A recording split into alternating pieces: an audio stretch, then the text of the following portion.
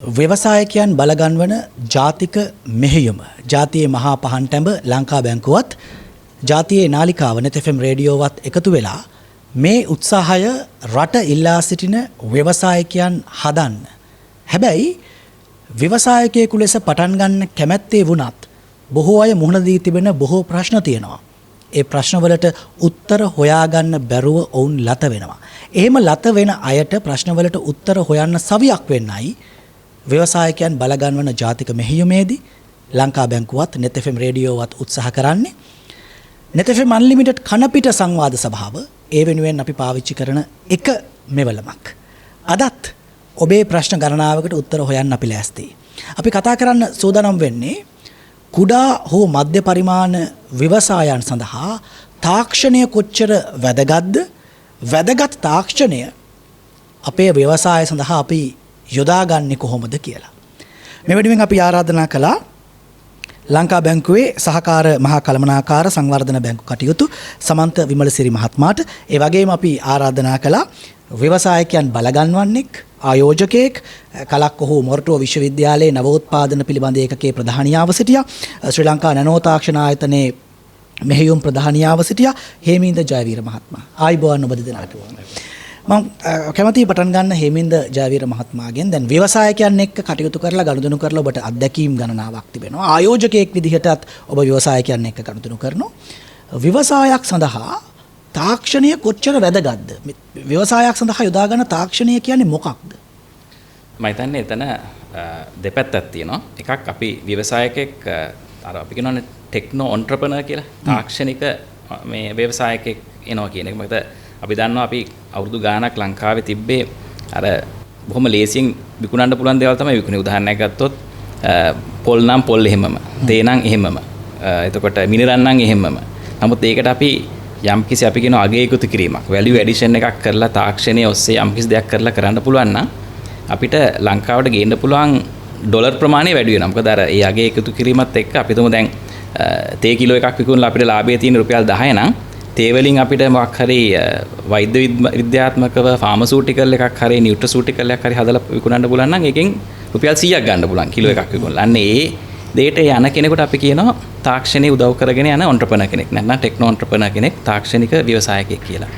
ඊට අමතරව අපි අර ওই ඩිජිටල් කතාවත් එක්ක ඕනම ඔන්ටර්ප්‍රනර් කෙනෙකුට, ඕනම ව්‍යවසායකයෙකුට මේ තාක්ෂණයේ උදව් කරගෙන ගොඩක් ලොකු පිම්මක් පයින්න පුළුවන්. අපි තුන් පොඩි කඩයක් කරන මිනිස්සෙකුට උනත් නැත්නම් පොඩි ව්‍යාපාරයක් බොහොම සුළුවෙන් කරන කෙනෙකුට උනත් මේ තාක්ෂණය උදව් කරගෙන අර අපි කියනවා ඒකට හොඳම දේ තමයි අර මේ ස්කේල් අප් කරන්න හරි ලේසි. ඒ කියන්නේ දැන්ට එක කඩයක් නම් තියෙන්නේ අපි කඩ 10ක් කරනවා කියන එක. ඒක ඉස්සර කාලේ කරන්න පුළුවන් දෙයක් නෙමෙයි ලේසියෙන්. උදාහරණයක් ගත්තොත් ඒ මනුස්සයාට දැන් 10ක ඉන්න බෑනේ. නමුත් මේ තාක්ෂණයත් එක්ක මේ ඩිජිටලයිසේෂන් කියන එකට හරිය සිංහල වචනේ මම හරියටම දන්නේ නැහැ. නමුත් ඩිජිටල් කරණයත් එක්ක අපිට පුළුවන් අර ඒ ව්‍යවසායකයාට පුළුවන් ඒක 10 ගුණයකින් තමන්ගේ ව්‍යාපාරය වැඩි කරගන්න. ওই දෙපැත්තම අපිට කතා කරන්න පුළුවන්.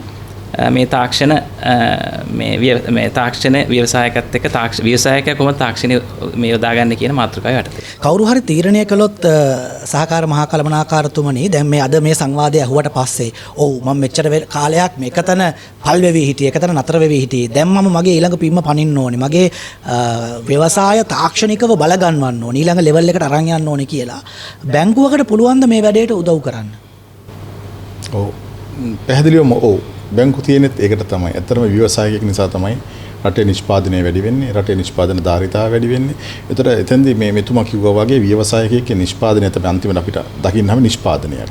ඒතර නිෂ්පාදනයේට වටිනාකමක් ලැබෙනවා වගේම නිෂ්පාදනයේ සඳහා යන වියදම අඩු වෙන්න ඕන, පිරිවැය අඩු වෙන්න ඕන. ඒතකොට තමයි නිෂ්පාදනයේ ලාභය ලැබෙන්නේ. ව්‍යවසායකට රඳා පවතින පුළුවන් ඉන්නේ ජාතික ආර්ථිකයට යම් දෙයක් එකතු වෙන එක. කියන්නේ මම කියන්නේ නිෂ්පාදනයට වඩා පිරිවැය වැඩි නම් ඒක ඇත්තටම ලොස් අපිගේ පාඩුවේ. ඒක රඳා පවතින නිසා හැමතිස්සෙම ව්‍යවසායකයේ නිෂ්පාදනයේදී වැලියු ඇඩිෂන් එකක් තියෙන්න ඕන, ඵලදායීතාවය වැඩි වෙන්න ඕන, ඒ අවසාන වටිනාකමට වඩා පිරිවැය බොහෝසෙයින් අඩු වෙන්න ඕන. ඉතින් මෙතෙන්දී තමයි තාක්ෂණය වැදගත් වෙන්නේ. දැන් අපි අද පොදුවේ ගත්තොත් කතාවට කියනවා මේ තාක්ෂණත් එක්ක ලෝකෙ දියුණු වෙලා කියලා. ඉතින් ඇත්ත තාක්ෂණත් එක්ක තමයි ලෝකෙ දියුණු වෙන්නේ. ඒතකොට දැන් අපි අද බහුල වශයෙන්ම මේ තොරතුරු තාක්ෂණය ගැන කතා කරන තොරතුරු තාක්ෂණය හරි දියුණු. ඉතින් අපි මේ බැංකුවක් විදිහට ගත්තොත් අපේ බැංකු පද්ධතිය වුණත් ඊටාම ඉහළ මට්ටමකට ඇවිල්ලා තියෙනවා, කාර්යක්ෂම වෙලා තියෙනවා. මේ තොරතුරු තාක්ෂණය දිනුවත් එක්ක. ඒතකොට ව්‍යවසායකයෙක් ගත්තාම ව්‍යවසායකයාට මේ තාක්ෂණයේ පැති කීපයකින් බලපානවා. එකක් තමයි රටේ ලෝකේ බිහි වෙලා තියෙන තාක්ෂණය එයාට මොන පැත්තෙන්ද එයාගේ ව්‍යාපාරයට එයාට යොදව ගන්න පුළුවන්. අනිත් පැත්තෙන් ගත්තාම මේ බැංකුව වගේ අපේ බාහිර ආයතන මොන විදිහේ තාක්ෂණ මෙවලම්ද එයාට පිරිනමලා තියෙන්නේ. ඒතර මේ තාක්ෂණය කියන එක මේ ඩිජිටල් මේ පැත්තටම මම හිතන්නේ බර වෙන්නේ මොකද හරි පුල් වචනයක් මේකේ මට සිංහලෙන් පැහැදිලි කරන්න තරම් තේරුම් නැහැ. නමුත් තාක්ෂණය කියන එක ගත්තාම අර මම කියනවා වගේ ඉස්සර අපි ගත්තොත් අපේ ගෙවල් වල තිබුණ අටුකොස් කොස් හැදෙන කාලෙට කොස් පාවිච්චි කරනවා ඉතුරු වෙන කොස් ටික අනාගතයේ ප්‍රයෝජනෙට ගන්න අවාරේ ප්‍රයෝජනෙට ගන්න අටුකොස් හදලා තියා. එතකොට එතනත් තාක්ෂණයක් තිබ්බා. නමුත් එදා අටුකොස් හදපු විදිහට අද අටුකොස් හදන්න ගියොත් අපි පරාදයි. මොකද අද ඉල්ලුම වැඩි, ලෝකයේ දියුණුවයි. ඉතින් ඊට වඩා අර අවසාන නිෂ්පාදනයේ ගුණාත්මක භාවය වැඩි වෙන්න ඕන. ඉතින් මේ වගේ පැති ඒ පැත්තෙන් අපේ ව්‍යවසායකයට යොදව ගන්න පුළුවන්. ඒතර බැංකුවක් විදියට ව්‍යවසායකයා දියුණු කරන්න අපි ඇත්තටම අපේ සේවාවන් අපිත් ආයතනයක් විදියට තාක්ෂණය යොදාගෙන අපේ ක්‍රමවේද කාර්යක්ෂම කරලා තියෙනවා. තොරතුරු ලබා ගැනීමේ ක්‍රමවේද ඉතා ඉහළ මට්ටමට ගෙනල්ලා තියෙනවා. ඒ වගේම අපේ නිෂ්පාදන ගනුදෙනු කාර්යය වෙත ගෙනියන්න අපි ඉතා පහසුකම් සලසලා තියෙනවා. ඒ වගේම ගනුදෙනුකරුට ව්‍යවසායකයාට තමන්ට පහසු විදියට දැන් සරල උදාහරණයක් ගත්තොත් අපි මුලින්ම බැංකුවට එන්න ඕන මුදල් ගනුදෙනු කරන්න. ඊට පස්සේ අපි ATM එක කියලා එකක් හඳුන්වලා දුන්නා. ATM එකෙන් පුළුවන් මුදල් ගන්න විතරයි. ඊට පස්සේ CRM එක කියලා එකක් හඳුන්වලා දුන්නා. ඉතින් ඒ වගේ දැන් ඒ කියන්නේ ගනුදෙනුකාරට මුදල් තැන්පත් කරන්නද මැෂින් එක කරා පුළුවන්. ඉතින් දැන් ව්‍යවසායකයෙක් ගැන හිතුවොත් ව්‍යවසායකයා කියන්නේ ඇත්තටම මේ අද මේ අපේ වචනේම තියෙනවා සුළු හා මධ්‍ය පරිමාණ කුඩා හා සුළු හා මධ්‍ය පරිමාණ. ඒ කියන්නේ එදිනෙන් එහා පරිමාණයක් තියෙනවා. මෙයාට නැගී හිටින අවස්ථාවක් තියෙනවා. ඒතකොට නැගී හිටින අවස්ථාවට උදව් වෙන මෙවලම් පසුබිම තමයි අපි සකස් කරන්නේ. තමයි උදාහරණයක් ගත්තොත් එයාට බැංකුවට සල්ලි තැන්පත් කරන්න එන්න වෙලාව ගත්තොත් ව්‍යවසායකයාගේ වෙලාව එයාගේ ව්‍යාපාර වෙනින් යොදන්න තියෙන වෙලාව අඩු වෙන්නේ. එතකොට අපි ඒකට ගේ ළඟ දීලා තියෙනවා මැෂින් එක. ඒතකොට ඒක පැය 24ම ක්‍රියාත්මකයි. මෙයාගේ අපි හිතමු කඩයක් කියලා කඩේ වහන්නේ රෑ 12ට එයාට එතකොට සිකියුරිටි අවශ්‍යත් නැහැ. එයාගේ මුදල ඒක තැන්පත් කරනකොට බැංකුව එයාගේ මුදල් ආරක්ෂා කරලා දෙනවා. එයා අපි හිතමුකෝ රටවටේ ගිහලා මොනවාරි විකුණන කෙනෙක් කියලා. ඒ තැන් වලින් යාට ඒ මුදල් ඩිපොසිට් කරන්න පුළුවන්. ඒතර ඒම දේවල්. ඒතර ව්‍යවසායකයාගේ ගෙවීම් තියෙනවා නම් ගෙවීම් අපි වලට දැන් මේ ස්වයංක්‍රීය පද්ධතිය හරහා එයාට ඉන්ටර්නෙට් බැංකින් වගේ දේවල් පාවිච්චි කරලා ගෙවන්න පුළුවන්. ඒතර එයාගේ බැංකු ගිණුමේ තත්ත්ව බලා ගන්න. ඒතකොට ඒ වගේ දේවල් අපි ඒ පහසුකම් සලසලා තියෙනවා. එතකොට ව්‍යවසායකයෙක් ගත්තොත් අපි හිතමු ජාත්‍යන්තරත් එක්ක ගනුදෙනු කරනවා. ඉතින් ඒවට මොනවාද අපි කිව්වොත් දැන් අපි හැමෝම දන්න මේ ණයවර ලිපි letter of LCs කියන්නේ. ඉතින් LCs වලට අපි ඒ ක්‍රමවේද සාර්ථක කළා. එහෙම හැම පැත්තම කළා දෙනවා. ඊට අමතරව දැන් උදාහරණයක් විදිහට ගත්තොත් මේ පෞගේ කාලේ පැන්ඩෙමික් සිටුේෂන් එකේ අපි කාටවත් වැඩි සුපුරුදු රාජකාරිය දෙන්න බැරුව ගියා. නමුත් අපි මේ කාල පරිච්ඡේදය තුල අපේ ව්‍යවසායකයින්ට පුහුණු සැසි පැවැත්වුවා මේ Zoom තාක්ෂණය ඔස්සේ. ලංකාව පුරා එකතු කරගෙන අපි සම්පත්දායකින් යොදවගෙන ඒගොල්ලන්ව දැනුවත් කිරීම වැඩමුළු පැවැත්වුවා. ඉතින් මේ වගේ එතනින් ගියපුවාම දැන් අපි ගත්තොත් ලංකා බැංකුවේ අපේ තියෙන විශාල මේ ණය යෝජනා ක්‍රම. ඒ කියන්නේ ලංකාවේ ව්‍යවසායකයින්ට විවිධ ක්ෂේත්‍රවල විසිරිච්ච විවිධ ව්‍යවසායකින්ගේ ඒ අවශ්‍යතා විවිධයි. ඒ අවස්ථාව වලට ගැලපෙන ණය යෝජනා ක්‍රම අපි අතරේ තියෙනවා. ඒතර ඒ ණය යෝජනා ක්‍රම අපි අතරම දැන් ගත්තොත් අපේ ලංකා බැංකුවේ වෙබ් අඩවි හරහා ව්‍යවසායකින්ට ඒක අපි මේ ප්‍රසිද්ධ කරලා තියෙනවා. ඒතර ව්‍යවසායකෙක්ට බැංකුවට එන්න ඕනෙත් නෑ මට මේ ණය ගන්න පුළුවන්ද? මං ගාව මොනවද තියෙන්න ඕනේ මේ ණය වෙනුවෙන්? අන්නේ පොලි අනුපාතය කීයද? කොච්චර කාලයක් මට ගෙවන්න හම්බ වෙනවද? සාහන ඒ වගේ දේවල්. එතකොට අපි ගත්තොත් ණයක් ගැන හිතනකොට අපි මුලින්ම හිතන දේ තමයි ප්‍රොජෙක්ට් රිපෝට් එකක් වගේ කියලා ව්‍යාපෘති වාර්තාව කියලා. ඒතර ඒ වගේ එකක් හදාගන්න මේ සුළු මධ්‍ය පරිමාණ කියන්නේ අපිට දියුණු වෙමින් පදිනේනේ. ඉතින් ඒගොල්ලන්ට මේ මොනවද අපි කිව්වොත් මේ ඒවැ ආකෘති ඉදිරිපත් කළ තියෙනවා ව්‍යවපෘති වාර්තාවක් හදන්නේ මෙන්න මේ විදිහට. මේ විදිහට මේක හදාගෙන ඉන්න. ඉතින් ඒ වගේ ව්‍යවසායකින් දැනුවත් කිරීම, ඒගොල්ලන්ට අවශ්‍ය ඊටාම කාර්යක්ෂම සිල් නිවැරදි බැංකු නිෂ්පාදනය කියන ගනුදෙනු කිරීම, ඒ වගේම පුහුණු සැසි ඊට අමතරව ව්‍යවසායකයා යාගේ ව්‍යාපාරය වෙනුවෙන් තාක්ෂණය යොදා ගන්නවා නම් ඒවත් දිරිමත් වෙන විදිහේ නව මොන හරි උපකරණ යන්ත්‍ර සූත්‍ර යොදා ගන්නවා. ඒවටත් අපි අඩු සහන පොලිය යටතේ ණය යෝජනා ක්‍රම අඳුරලා දීලා තියෙනවා. මොකද ඒ තුලින් එයා සාර්ථක වෙලා එයාගේ පිරිවැය අඩු කරගෙන උදාහරණයක් ගත්තොත් සෝලා. ඉතින් අපි හැමෝම දන්නවනේ ඒක ලාභදායී කියලා. ඉතින් ව්‍යවසායකයෙකුට ඒක හරි ලාභයි. ඉතින් අපි යන්නේ මේ වගේ සෝලා වලට ණය යෝජනා ක්‍රම අඳුරලා දීලා තියෙනවා. තමන්ගේ සෝලා වලට යනවා නම් ඒකට පහසුකම් සපයලා තියෙනවා. අඩු පොලි වලට ණය යෝජනා ක්‍රම තියෙනවා. එතකොට ඊට අමතරව දැන් එයාගේ තාක්ෂණය යොදාගෙන අලුත් උපකරණ අපි පරිගණකයක් ඕන කියලා අපි ඒවට යෝජනා ක්‍රම සකස් කරලා දීලා තිනවා. ඒ වගේ එහෙම නිෂ්පාදන තියෙනවා. ඒ කියන්නේ අපි විසින් ක්‍රියාත්මක කරපු දේවල් තියෙනවා. තව ගත්තොත් ETF EPF වගේ දේවල් අපි ඔටෝමේට් කරලා දෙනවා. එයා අපිත් එක්ක රෙජිස්ටර් වුණාම එයාට ගෙදර ඉඳගෙන එයාට ඒක ගෙවා ගන්න පුළුවන්. අනිත් පැත්තෙන් ගත්තාම යාගේ සේවකයෝ ඉන්නවනම් ඒගොල්ලන්ට වැටුප් ගෙවන්න. බැංකුවට දුන්නා බැංකුව මේ ගිණුම් හරකබර කරන දේ බැංකුව කළා දෙනවා. මේ පහසුකම් ගණනාවක් තියෙනවා. ඒ එක එකක් පහසුකම ගැන අපි තවදුරටත් කතා කරමු. අපි එහෙම කතා කරන්නෙම දැන් අපි අඳුන ගන්න ප්‍රශ්න ගණනාවක් තියෙනවානේ. ඒ ප්‍රශ්නේම අපි කතා කර හිටියට වැඩක් නැහැනේ. ඒ ප්‍රශ්නට විසඳුම අපි ඔබට පෙන්වා දෙන්න උත්සාහ කරන්නේ. ඒකට හේතුවම මේ ගොඩක් ප්‍රශ්නවල පැටලිලා ඉන්නේ දේවල් දන්නේ නැති නිසා කියලා අපි කරපු සමාජ ගවේෂණයන්හිදී හෙළි වුණා.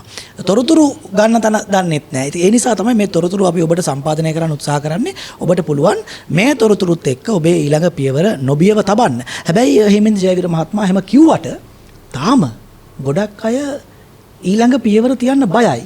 තාක්ෂණයත් එක්ක ලෝකයේ ඉස්සරහට යනවා කිව්වට. තාක්ෂණයත් එක්ක වෙනස් වෙන්න බයයි. මම එක සරල උදාහරණයකින් මේ ප්‍රශ්නය ඔබට එවන්නම්. මම මේ ව්‍යවසායකයෙක් එක්ක කතා කරනවා. ඔහු ගැන අපි ඊයේ net fm බැලුම්ගල B positive වැඩසටහනේදී රටටම ලොකු අනාවරණයක් කළා. ඔහු ඉවතලන පත්තර පාවිච්චි කරලා විවිධ නිර්මාණ කරනවා. මේ නිර්මාණ වලට ඉතාම හොඳ වෙළඳපොළක් ඔහු හදාගෙන තියෙනවා රටින් පිට. සාමාන්‍ය මාසික පිරිවැටුම රුපියල් මිලියන 10ක් 12ක් විතර. ඔහුගේ ගැනුම්කරුවෙක්ව මේ ඩුබායි ගැනුම්කරුවෙක් එක්කන් යනවා ශ්‍රී ලංකාවේ පැච්වර්ක් කරන කාන්තාවක් ළඟට. මේ පැච්වර්ක් ශිල්පය ප්‍රගුණ කරපු කාන්තාව ඒ ශිල්පය වෙනුවෙන් සහතික සම්මාන පවා ලබාගත්තු කෙනෙක්. ඇගේ නිර්මාණ දැකලා අර ඩුබායි ගැනුම්කරුවා ඉතාම සතුටටපත් වෙනවා. සතුටටපත් වෙලා ඒ වෙලේම ඕඩර් එකක් දෙනවා එක්තරා ඩිසයින් එකක් කෑලි 10000ක් මාසෙකට දෙන්න කියලා. දැන් මේ පිළිබඳ කතා බහේදී අර කාන්තාව කියනවා මට එච්චර කරන්න බෑ. ඇයි ඒ කියලා ඇහුවම උත්තරේ මම අතින් කරන්නේ. ඉතින් එතකොට අර මම මේ කතා කරන අපේ ව්‍යවසායකයා යෝජනා කරනවා හරි මේක මැෂින් එකෙන් කරන්න පුළුවන්. ඒකට අවශ්‍ය ටෙක්නොලොජි එක මම හදලා දෙන්නම්. හය කරන්න පුළුවන්, කුලියට ගන්න පුළුවන් කීප දෙනෙක් අරගෙන මේ වැඩේ කරමු. එතකොට කාන්තාවගේ උත්තරය තමයි නෑ එහෙම කළොත් මගේ ස්ටෑන්ඩඩ් එක බහීනේ. මගේ තත්ත්වයට හොඳ මදි. මට එහෙම කරන්න බෑ. ඕන්නම් මං කෑලි 10ක් දෙන්නම්. දැන් කෑලි 10 අරන් වැඩක් නෑ. ඊට පස්සේ අර ගැනුම්කරුවා අහනවා හරි එක කෑල්ලක් කීයද? රුපියල් 5000යි. ගැනුම්කරු රුපියල් 5000 දීලා ඒ ඩිසයින් එකේ එක කෑල්ලක් අරන් යනවා. ඉන්දියාවත් එක්ක එකතු වෙනවා. ඉන්දීය ශ්‍රමිකයන් පාවිච්චි කරලා දැන් මාසයකට 10000 ගානේ තාම මේ ඇණවුම යනවා. අපිට රුපියල් 5000න් අතර වෙන්න වුණා. එහෙම උනේ අර ටෙක්නොලොජි එකත් එක්ක අපි ඊළඟ පියවර තිබුණේ නැති නිසා. ඇයි මෙච්චර බය? මම හිතන්නේ ඕක ඔය කියන ලෙවල් එක විතරක් නෙමෙයි හැමතැනම තියෙනවා. මම හිතන්නේ මේ මම ඒකට හරි නිර්වචනයක් කරොත් එහෙම ඒ බය තමයි අපි ව්‍යවසායකයන් වෙන්න හේතුව. දැන් උදාහරණයක් ගත්තොත් මම ඔතන විතරක් නෙමෙයි මම තව උදාහරණ ගොඩක් දෙන්න පුළුවන්. උදාහරණයක් ගත්තොත් අපි විශ්වවිද්‍යාලයක වෙන්න පුළුවන්. නැත්නම් වෙන තැනක කරන යම්කිසි අපි තුමු අපි කියන ඉන්ටෙලෙක්චුවල් ප්‍රොපර්ටි එකක් නැත්නම් බුද්ධිමය වටිනාකමක් තියෙන දෙයක් හොයාගන්නවා. හොයාගත්තට පස්සේ ගොඩක් අයට තියෙන නැත්නම් ලොකු අයිඩියා එකක් හොඳ අදහසක් එනවා ලොකු දෙයක් කරන්න පුළුවන්. ලංකාවේ ගොඩක් අයට ලංකාවේ විතරක් නෙමෙයි දැන් දකුණු ආසියාවත් ඔය ප්‍රශ්නේ තියෙනවා. පළවෙනියෙන්ම කරන්නේ මේක කාටවත් දෙන්න කැමති නෑ. දැන් අපි දැන් හොඳ යාළුවෝ කියලා හිතමුකෝ. අපි දැන් යාළුවෝ නම් මම ඔයාලට කියන්න බයයි. මොකද මගේ අයිඩියා එක ඔයා අරගෙන ගිහලා ඒක වෙලා තියෙනවා. දැන් ඔය ඔතනත් ඒ වගේ දෙයක් වෙලා තියෙනවානේ. ඒ වගේ බය තියෙනවා. ඒ බය තියෙන තාක්කල් තමන් හොඳ ව්‍යවසායකයෙක් නෙමෙයි. ඒ බය තමයි නැති කරගන්න ඕන. මම හිතන්නේ අතන ඒ කාන්තාවට උන දේ තමයි එතන පොඩි බයක් ඇති වුණා මට ඒක කරගන්න බැරි වෙයි කියලා. ඒ බය නැති කරගන්න ඕන. මම හිතන්නේ ඔතන තමයි අර ව්‍යවසායකත්වයේ නැත්නම් නවෝත්පාදනය පිළිබඳ පොඩි අර මේ අධ්‍යාපනිකව ඒක දෙන්න ඕනේ. ඒ කියන්නේ ඒක කියලා දෙන්න ඕනේ මේක මේ අපි දන්න දේ වෙන කෙනෙකුට යන එක නවත්තන්න බෑ. නමුත් අද ලෝකයේ ව්‍යවසායකත්වය කියලා කියන්නේ ඊටාම වේගයෙන් යන්න ඕනේ. ඒ කියන්නේ අර අනිත් පැත්තට එක තරගයක් තියෙන්නේ. ඒ තරගෙට ගියේ නැත්නම් අර සල්ලි තියෙන මිනිස්සු නැත්නම් ඒකට සපෝට් කරන් ඉන්න මිනිස්සු ආයේ ඔය ආයනකම් බලාගෙන ඉන්නේ නැහැ. දැන් මෙතන උනෙත් ඒ දෙන්නේ. මෙයාට දෙන්න බෑ කිව්වා නම් එකක් අරගෙන ඒක ගිහිලා තව 10000ක්ද 20000ක් දෝන එක වෙනක් කෙනෙකුට ලව කරගන්න පුළුවන්. කවදාවත් Tamanට හොඳ අදහසක් ආවයි කියලා හිතන්න හොඳ නැහැ. ඒ අදහස මට විතරයි ආවේ කියලා. තව ලෝකේ බිලියන 7ක් මිනිස්සු ඉන්නවා. ওই මිනිස්සුගෙන් අනිවාර්යෙන් තව මිලියන එකකට අදහස එනවා. ඒ ස්පීඩ් එකෙන් යන්න ඕනේ. ඒ ස්පීඩ් එකෙන් යන්න අවශ්‍යයි කියන එක ඒ හැඟීම නැති වුණ එක තමයි අතන මම හිතන්නේ වෙච්ච දේ. මම හිතන්නේ ඒක ගොඩක් අය තියෙනවා. ඒ කාන්තාවට විතරක් නෙමෙයි ගොඩක් අය තියෙනවා. මම හිතන්නේ ඒ දැනුම ලබා දෙන්න ඕනේ මේ වගේ කට්ටියට. මම හිතන්නේ උදාහරණ තියෙනවා කියලා කිව්වා. තව උදාහරණ ගොඩක් තියෙනවා. ඔව් දැන් තව උදාහරණ ගත්තොත් එහෙම අපි දන්නවා මට නම් වශයෙන් කියන්න බෑ. එක සොයා ගැනීමක් තිබුණා ලංකාවේ මේ ඉතා ඉක්මනටම ඔය අපි ගෙදර ඉවත දාන අපි කියනවා මේ කිචන් වේස් කියලා කියන්නේ කුස්සියේ තියෙන මේ දිරන ද්‍රව්‍ය ඉක්මනින් කොම්පෝස් කරන්න පුළුවන් තාක්ෂණයක්. හොයාගත්ත කෙනෙක්. නමුත් අද වෙනකන් දැන් හොයාගෙන අවුරුදු 7-8ක් විතර වෙනවා. දැන් තියෙන ලොකුම ප්‍රශ්නේ තමයි අපි ලංකාවේ ගත්තොත් එහෙම ඕන තැනක ඔයක අපි අර පොඩි තැනක ඔක කොම්පෝස් කරන්න ගත්තොත් එහෙම ඊට පස්සේ එතනට ගඳ ගහන්න ගන්නවා. ඊට පස්සේ ඔතෙන්ට මේ පණුවෝ කුරුමිනියෝ මේ කැරපොත් ඔක්කොම සත්තු වෙන්න ගන්නවා. ඉතින් අර හුඟක් අය කැමති නැහැ. Taman දැන් අපි අක්කර ගණන් මේ මිනිස්සුන්ට ඉඩ නැහැනේ. පොඩි තැනක ඉන්නේ සමහරට කුස්සිය විතරයි තියෙන්නේ. එතනින් එහාට එහාවත්ත. ඉතින් අර ළඟ තැනක කොම්පෝස් කරනවා කියන එක සාමාන්‍ය ගෙදර කරන්න බෑ. නමුත් ඕක ඉතා ඉක්මනට කරන්න පුළුවන්. මම කියන්නේ මාස ගාණක් නෙමෙයි අපිට සති දෙකකින් තුනකින් කරන්න පුළුවන් තාක්ෂණයක් හොයාගත්තොත් ඒ තාක්ෂණය මුළු ලෝකෙටම ගෙනියන්න පුළුවන් තාක්ෂණයක්. ඉතින් ඒක හොයාගත්ත කෙනෙක් මම දන්නවා. නමුත් ඒක දෙන්න කැමති නෑ. එයා කැමති නෑ මොකද බයයි මේක අරගෙන වෙන කෙනෙක් කරයි කියලා. නමුත් දැන් ඕක ලෝකේ හැමතැනම තියෙනවා. චීනේ ගත්තොත් එහෙම චීනෝවේ තාක්ෂණය හැමතැනම තියෙනවා. ඉතින් අර ඒ ස්පීඩ් එක ගැන තමයි මිනිස්සුන්ට මම හිතන්නේ ලංකාවේ අර ඒ බය තියෙනවා. බය විතරද තාක්ෂණයත් එක්ක ඉස්සරහට නොයන්න හේතුව? තව සාධක තියෙනවා. නෑ තව ගොඩක් සාධක තියෙනවා. නමුත් ඒ බයත් එක්ක ඇති වෙන තව ගොඩක් දේවල්. උදාහරණයක් ගත්තොත් අපි මේ දැන් මම හිතන්නේ ඔය නවෝත්පාදන කියන එක අවුරුදු 10,000කට විතර කලින් තමයි තනියම මිනිස්සෙක් නවෝත්පාදනයක් කරේ. මම හිතන්නේ ගින්දර හොයාගන්න කාලයට පස්සේ කෙනෙක් කවදාවත් තනියම නවෝත්පාදනයක් ගෙනියලා නැහැ. නවෝත්පාදනය කියන වචනේත් ගොඩක් අය ඉනෝවේෂන් කියන වචනේ තේරුම දන්නේ නැත්නම් ගොඩක් අය හිතන්නේ මේ අලුත් දෙයක් කරනවා කියන්නේ නවෝත්පාදනයක් කියලා. අලුත් දෙයක් කරනවා කියන්නේ නවෝත්පාදනයක්ම නෙමෙයි. අලුත් දෙයක් හොයාගෙන ඒක සමාජගත කිරීම කියන කැලලත් අවශ්‍යයි. ඒ සමාජගත කිරීම කරන්න තනියම කරන්න බෑ. දැන් ලෝකෙ මේ අද කාලේ වෙන කිසිම නවෝත්පාදනයක් කිසිම ඉනෝවේෂන් එකක් තනියම කරන්න බෑ. ඒක කරන්න තව ගොඩාක් කට්ටිය එකතු වෙන්න ඕන. උදාහරණයක් ගත්තොත් මම දන්නේ ඉලෙක්ට්‍රොනික ඉංජිනේරින් නම් මම දන්නේ ඉලෙක්ට්‍රොනික ඉංජිනේර මට නවෝත්පාදනයක් කවදාවත් කරන්න බෑ. ඒක කරන්න තව ගොඩාක් ಜಾති තියෙන්න ඕන. උදාහරණයක් ගත්තොත් මම මෙකැනිකල් ඉංජිනේරින් කියන දැනගන්න ඕන. මම මාකටිං කියන එක දැනගන්න ඕන. මම මේ අලෙවිකරණය එතකොට මේ බිස්නස් පැත්ත මේ ව්‍යාපාරයක් කරන්නේ කොහොමද මේ හැමදේම කරන්න මම හැම පැත්තෙම දක්ෂයෙක් වෙන්නේ නැහැ කවදාවත්. ඒකට ඒ දක්ෂය ගොඩක් එකතු කරගෙන මේ කණ්ඩායමක් හැටියට තමයි කරන්න ඕනේ. මේ කණ්ඩායමක් හැටියට කරන හැඟීම ලංකාවේ මිනිසුන්ට නැහැ. හේතුව තමයි මේ ලංකාවේ අධ්‍යාපන ක්‍රමය. මොකද ලංකාවේ අපි කවදාවත් කියන්නේ නැහැනේ මේ එකතු වෙලා එක්සෑම් කරන්න කියලා. හැම වෙලාවෙම තියෙන අර තරගකාරී දැන් මට විතරයි පුළුවන් අනිත් එක්කෙනාට මම පොඩ්ඩක් හරි ෂෙයා කරොත් එහෙම එයා මට වඩා ලකුණු ගනි. මොකද ශිෂ්‍යත්වයේ උනත් තියෙන එක. O level A level වලදී තියෙන්නේ ඕක. මේ ක්‍රමයක් එක්ක අර ඇති වෙලා තියෙනවා මේ කණ්ඩායමක් එක්ක වැඩ කරන්න ඕන කියන මේ හැඟීම් පොඩ්ඩක් අඩු වෙලා තියෙනවා. ඉතින් මේක දැන් අපි ගත්තොත් එහෙම මොන්ටිසෝරි කියන දැන් මරියා මොන්ටිසෝරි පටන් ගත්ත ඒ අධ්‍යාපන ක්‍රමයේ ඉඳන්ම තියෙන්නේ මේ එකතු වෙලා ටීම් එකක් හැටියට කණ්ඩායමක් හැටියට කොහොමද ටීම් වර්ක් වලින් කරන්නේ. මේ ඉනෝවේෂන් එන්නේ ඒ ටීම් වර්ක් එක එනකොට විතරයි. ඒ ටීම් වර්ක් එකෙත් ඉන්න ඕන වෙනස් අදහස් තියෙන මිනිස්සු. දැන් උදාහරණයක් ගත්තොත් පන්තියේ පළවෙනියයි දෙවෙනියයි තුන් දෙනා එකතු වෙලා මේ ටීම් එකක් හදුවට හොඳ නවෝත්පාදන එන්නේ නැහැ. නමුත් පන්තියේ පළවෙනියයි මැද ඉන්න ළමයි අන්තිම එකතු වෙලා ටීම් එකක් හදුවොත් අන්න හොඳ නවෝත්පාදන එන්න පුළුවන්. මොකද වෙනස් අදහස් තියෙන අය එකතු වුණාම තමයි නවෝත්පාදන ඇති. ඉතින් මේ වගේ මේ පොඩි දේවල් මේ සල්ලි වියදම් කරන්න ඕන දේවල් නෙමෙයි. ඉතින් මේක ලංකාවේ අධ්‍යාපන ක්‍රමේ නැහැ. ඕක තමයි වෙනස් කරන්නේ. පාසලේ උගන්වන්නේ නැති විශ්වවිද්‍යාලෙදී නොලැබෙන ඒ දේ කොහොමද අපි සමාජයේ පුරවැසියෙක් ලෙස කරන්නේ? දැන් අපිව යම් තැනක කොටු කරලා නම් අපි කොහොමද ඒ කොටුව බිඳින්නේ? ඒ කොටුව බිඳින්න මෙහෙමයි දැන් උදාහරණයක් ගත්තොත් මට ඊට ශිෂ්‍යත්ව ක්‍රමේ නවත්තන්න බෑනේ. ඒක කරන්නත් බෑ.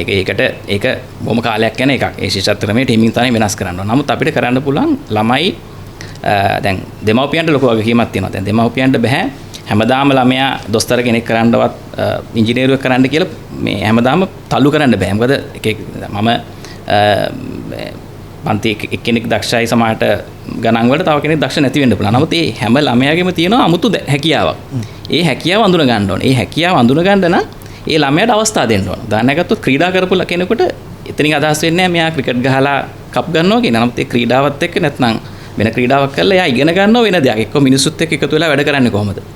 මේ හැමදේම මේ ළමයිට දෙන්න ඕන. මම හිතන්නේ මේ වෙනස් දේවල් උත්සාහ කරන්න දෙන එක තමයි මම හිතන්නේ දෙමව්පියන්ට දෙන්න පුළුවන් හොඳම දේ. ඒකත් අර තනගයක් හැටියට කරන්න හොඳ නෑ. දැන් මෙයා නැටුම් පන්ති යනවා නම් නැටුම් පන්තිත් යන්න ඕන. දැන් මෙයා මේ වෙන පන්තියට යනවා කියලා පන්ති 10කට යවන එක නෙමෙයි.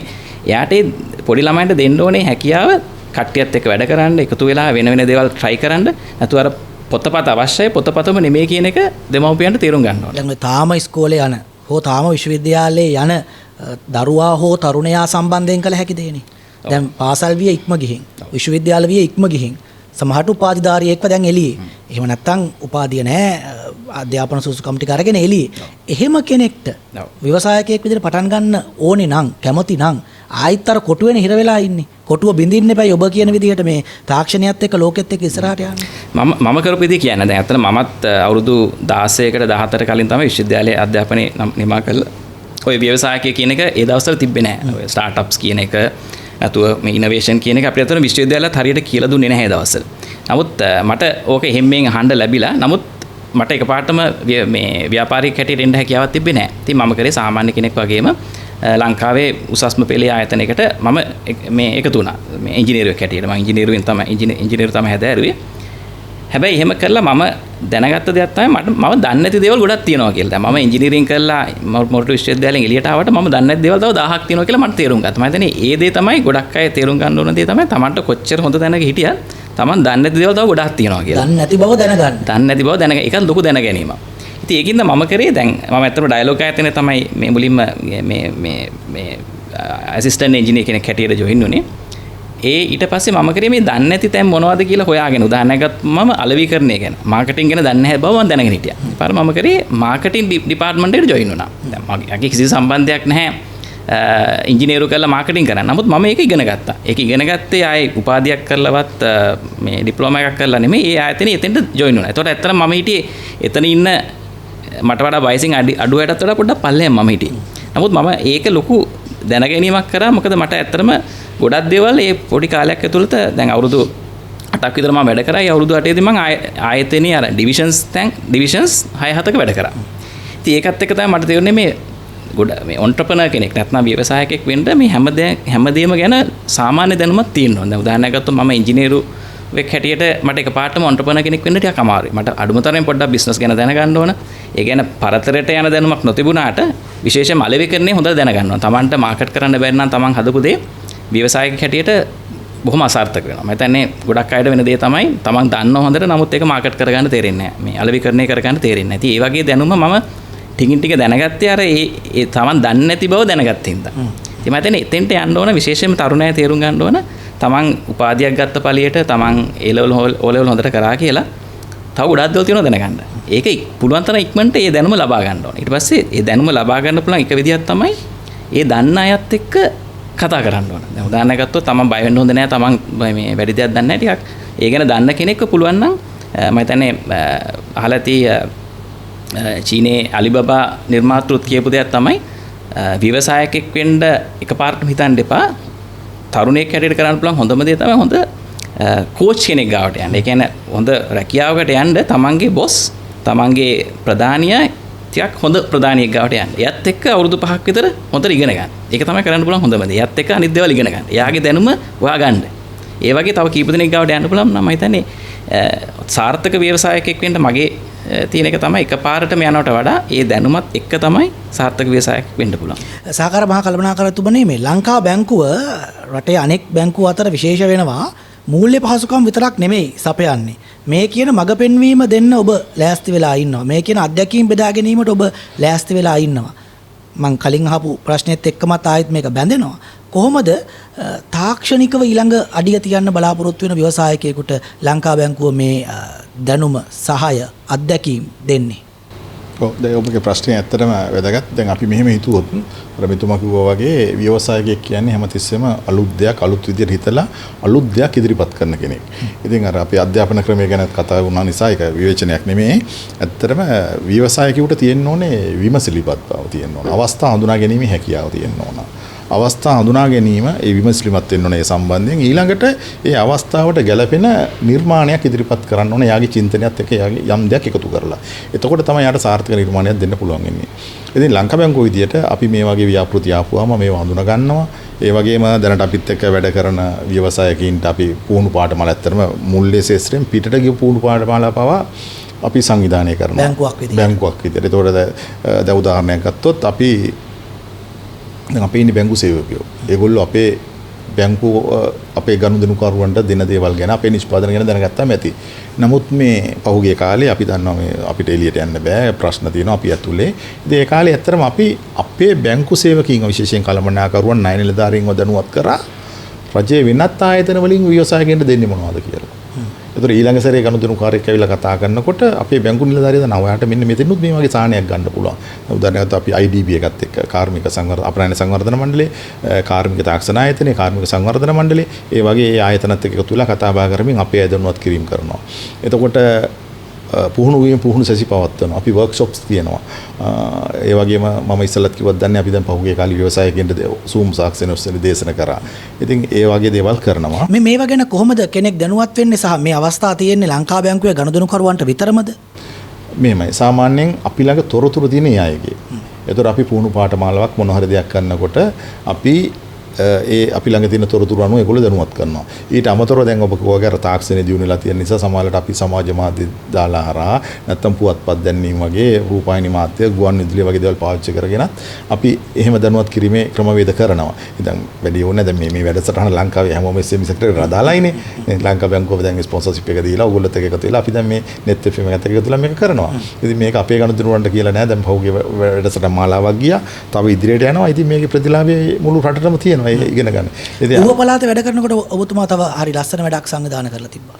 ඔව් ඇත්තටම මෙහෙමයි. ඒ ඌව පළාතේ වැඩ කරද්දී මම අඳුනගත්ත දෙයක් තමයි අපේ ව්‍යවසායකයෝ ඇත්තටම අර කිව්වා වගේ ව්‍යවසායකත්වයේ නිසාම ව්‍යවසායකෙක් බවට පෙරලෙන්නේ නැහැ. අර කිව්වා වගේ ව්‍යවසායක කියන වචනෙට හරියටම මේ අහුවෙන අය නෙමෙයි අපි අද ව්‍යවසායකයෝ කියලා සලකන්නේ.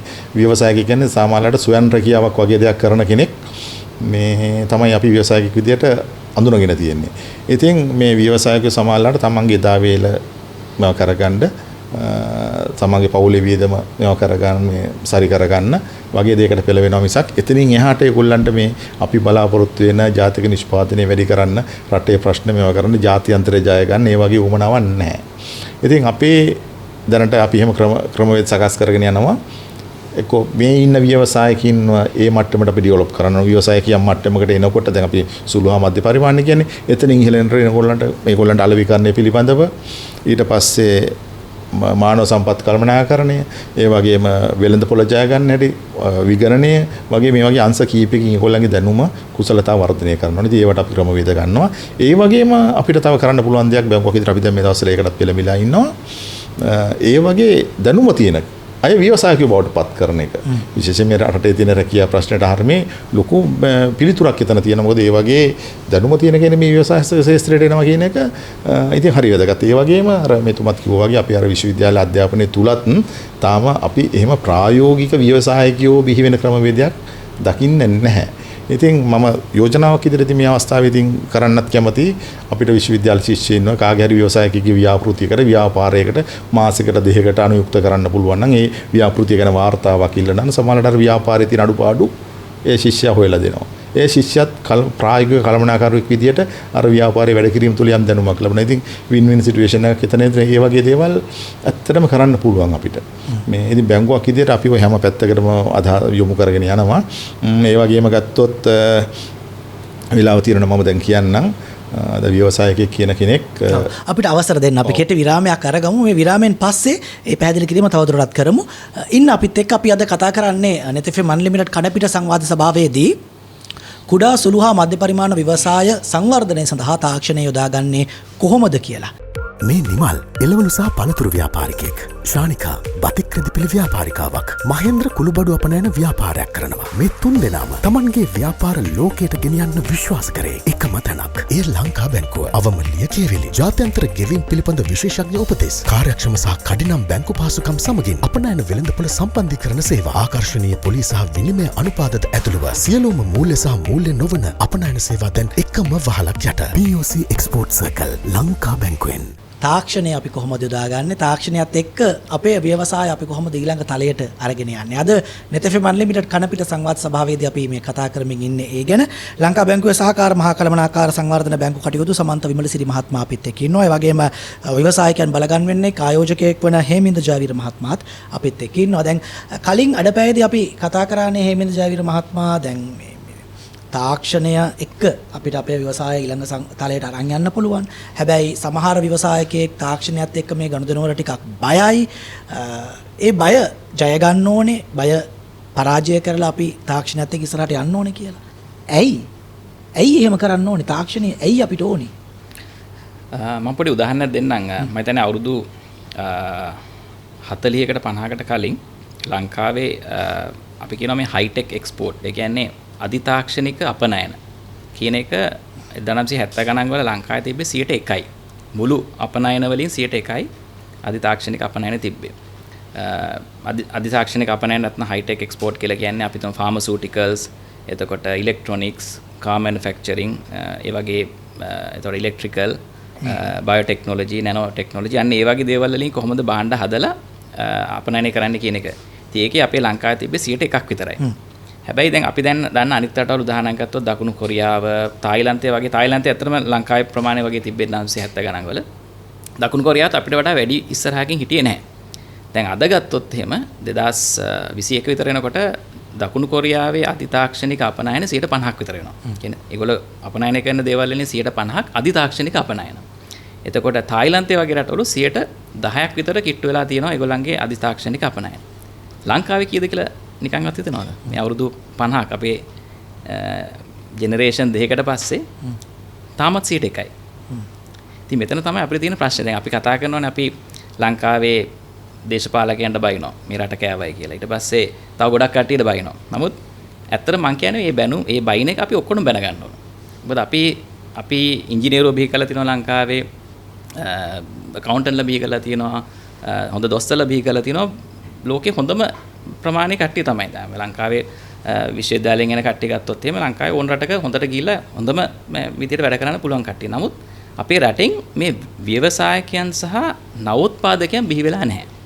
ඒක ලොකු අඩුවක් හැටියට අපිට පේනවා. ඒක තමයි මේ අර අපි කතා කරනවා innovation and entrepreneurship is the engine of growth. ඒ කියන්නේ ඕනම රටක අර රටක් දියුණු වෙන්න පුළුවන් මේ ප්‍රොෆෙෂනල්ස් හින්දා නෙමෙයි මේ ව්‍යවසායකයන් සහ නවෝත්පාදකයෝ ඉදිරියට එනවා. ඒ වගේ කට්ටිය අපේ අධ්‍යාපන ක්‍රමයෙන්වත් අධ්‍යාපන ක්‍රමය අමතක කළාට අපේ ලංකාව තුලින් ඇවිල්ලා නැහැ. ඉතින් මම හිතන්නේ එතන තමයි අපේ තියෙන ලොකුම ප්‍රශ්නේ. ඒක වෙන කාටවත් බැලලා වැඩක් නැහැ. මේ අපි ඔක්කොටම බැන ගන්න ඕන දෙයක්. ඒක තමයි ලංකාව තාමත් අපි කතා කරන මේ අර කියනවනේ මිඩල් ඉන්කම් ට්‍රැප් එක කියලා. ඒ කියන්නේ එකම තැන එකතු වෙලා ඉන්නවා. එතනින් හරියට ඉස්සරහට යන්න බැරි ප්‍රශ්න තව ගොඩාක් ඔය දැන් මේ ළඟ තව ප්‍රශ්න ගොඩාක් තියෙනවා.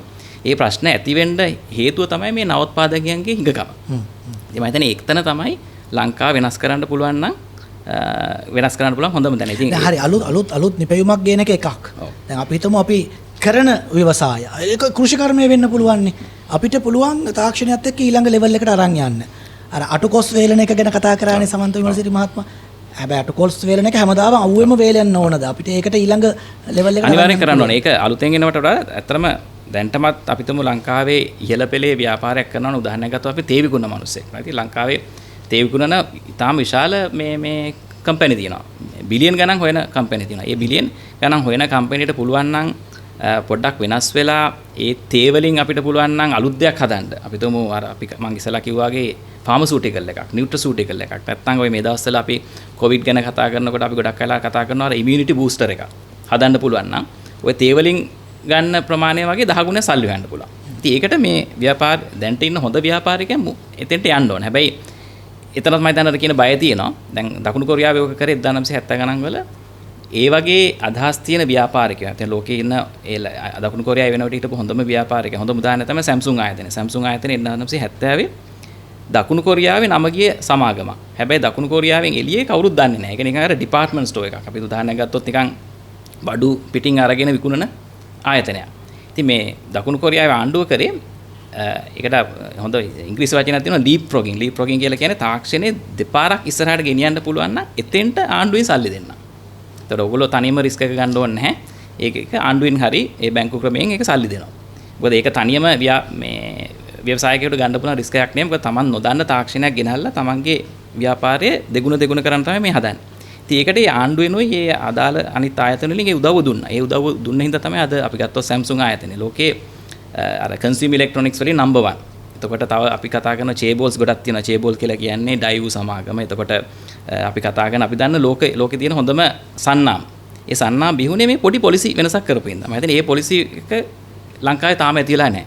ඒක අපි දන්නවා ලංකාවේ ඉහළම පෙළේ සමාගමක් වුණත් එක්කෝ ඒ තාක්ෂණයට යන්න තියෙන පොඩි බයක් තියෙනවා. යන්න වුණත් ඒකට සපෝට් එකක් නැහැ. ඉතින් මම හිතන්නේ ඒ වෙනස ඇති කරන්න ඕන. ඒක දෙපැත්තෙම වෙන්න ඕන. දැන් ඊශ්‍රායලය ගත්තොත් උනේ අනිත් දේ. ඊශ්‍රායලය උනේ අර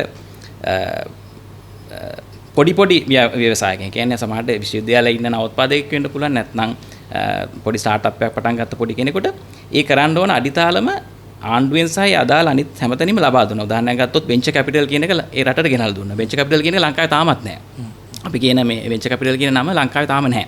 නමුත් ඊශ්‍රායලයේ එක ලෝකේ හොඳම වෙන්චර් කැපිටල් මේ ඉකෝසිස්ටම් එකක් ඒගොල්ලෝ හැදුවා.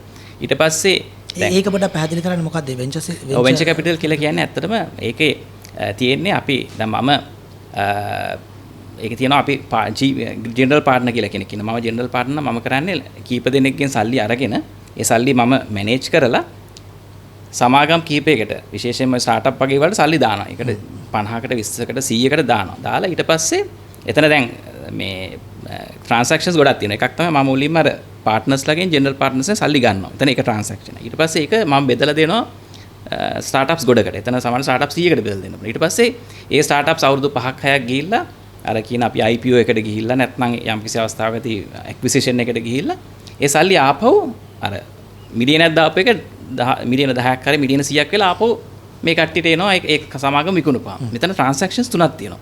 දැන් මේක මම නම් අද කරන්නේ ලංකාවේ මම ප්‍රයිවට් ලිමිටඩ් කම්පැනියක් දාලා මම වෙන්චර් කැපිටල් කරොත් එහෙම ඔය තැන් තුනෙන් දෙකක විතර මම ටැක්ස් වෙනවා. නමුත් ඇමරිකාවේ ඊශ්‍රායලයේ අපි තුමු ඩබ්ලින් වල ගියොත් එහෙම වෙන්නේ ඔක ලිමිටඩ් ලයබිලිටි පාර්ට්නර් කියලා වෙනම ලීගල් එන්ටිටි එකක් තියෙනවා. ඒ ලීගල් එන්ටිටි එකේදී එහෙම ටැක්ස් වෙන්නේ නැහැ.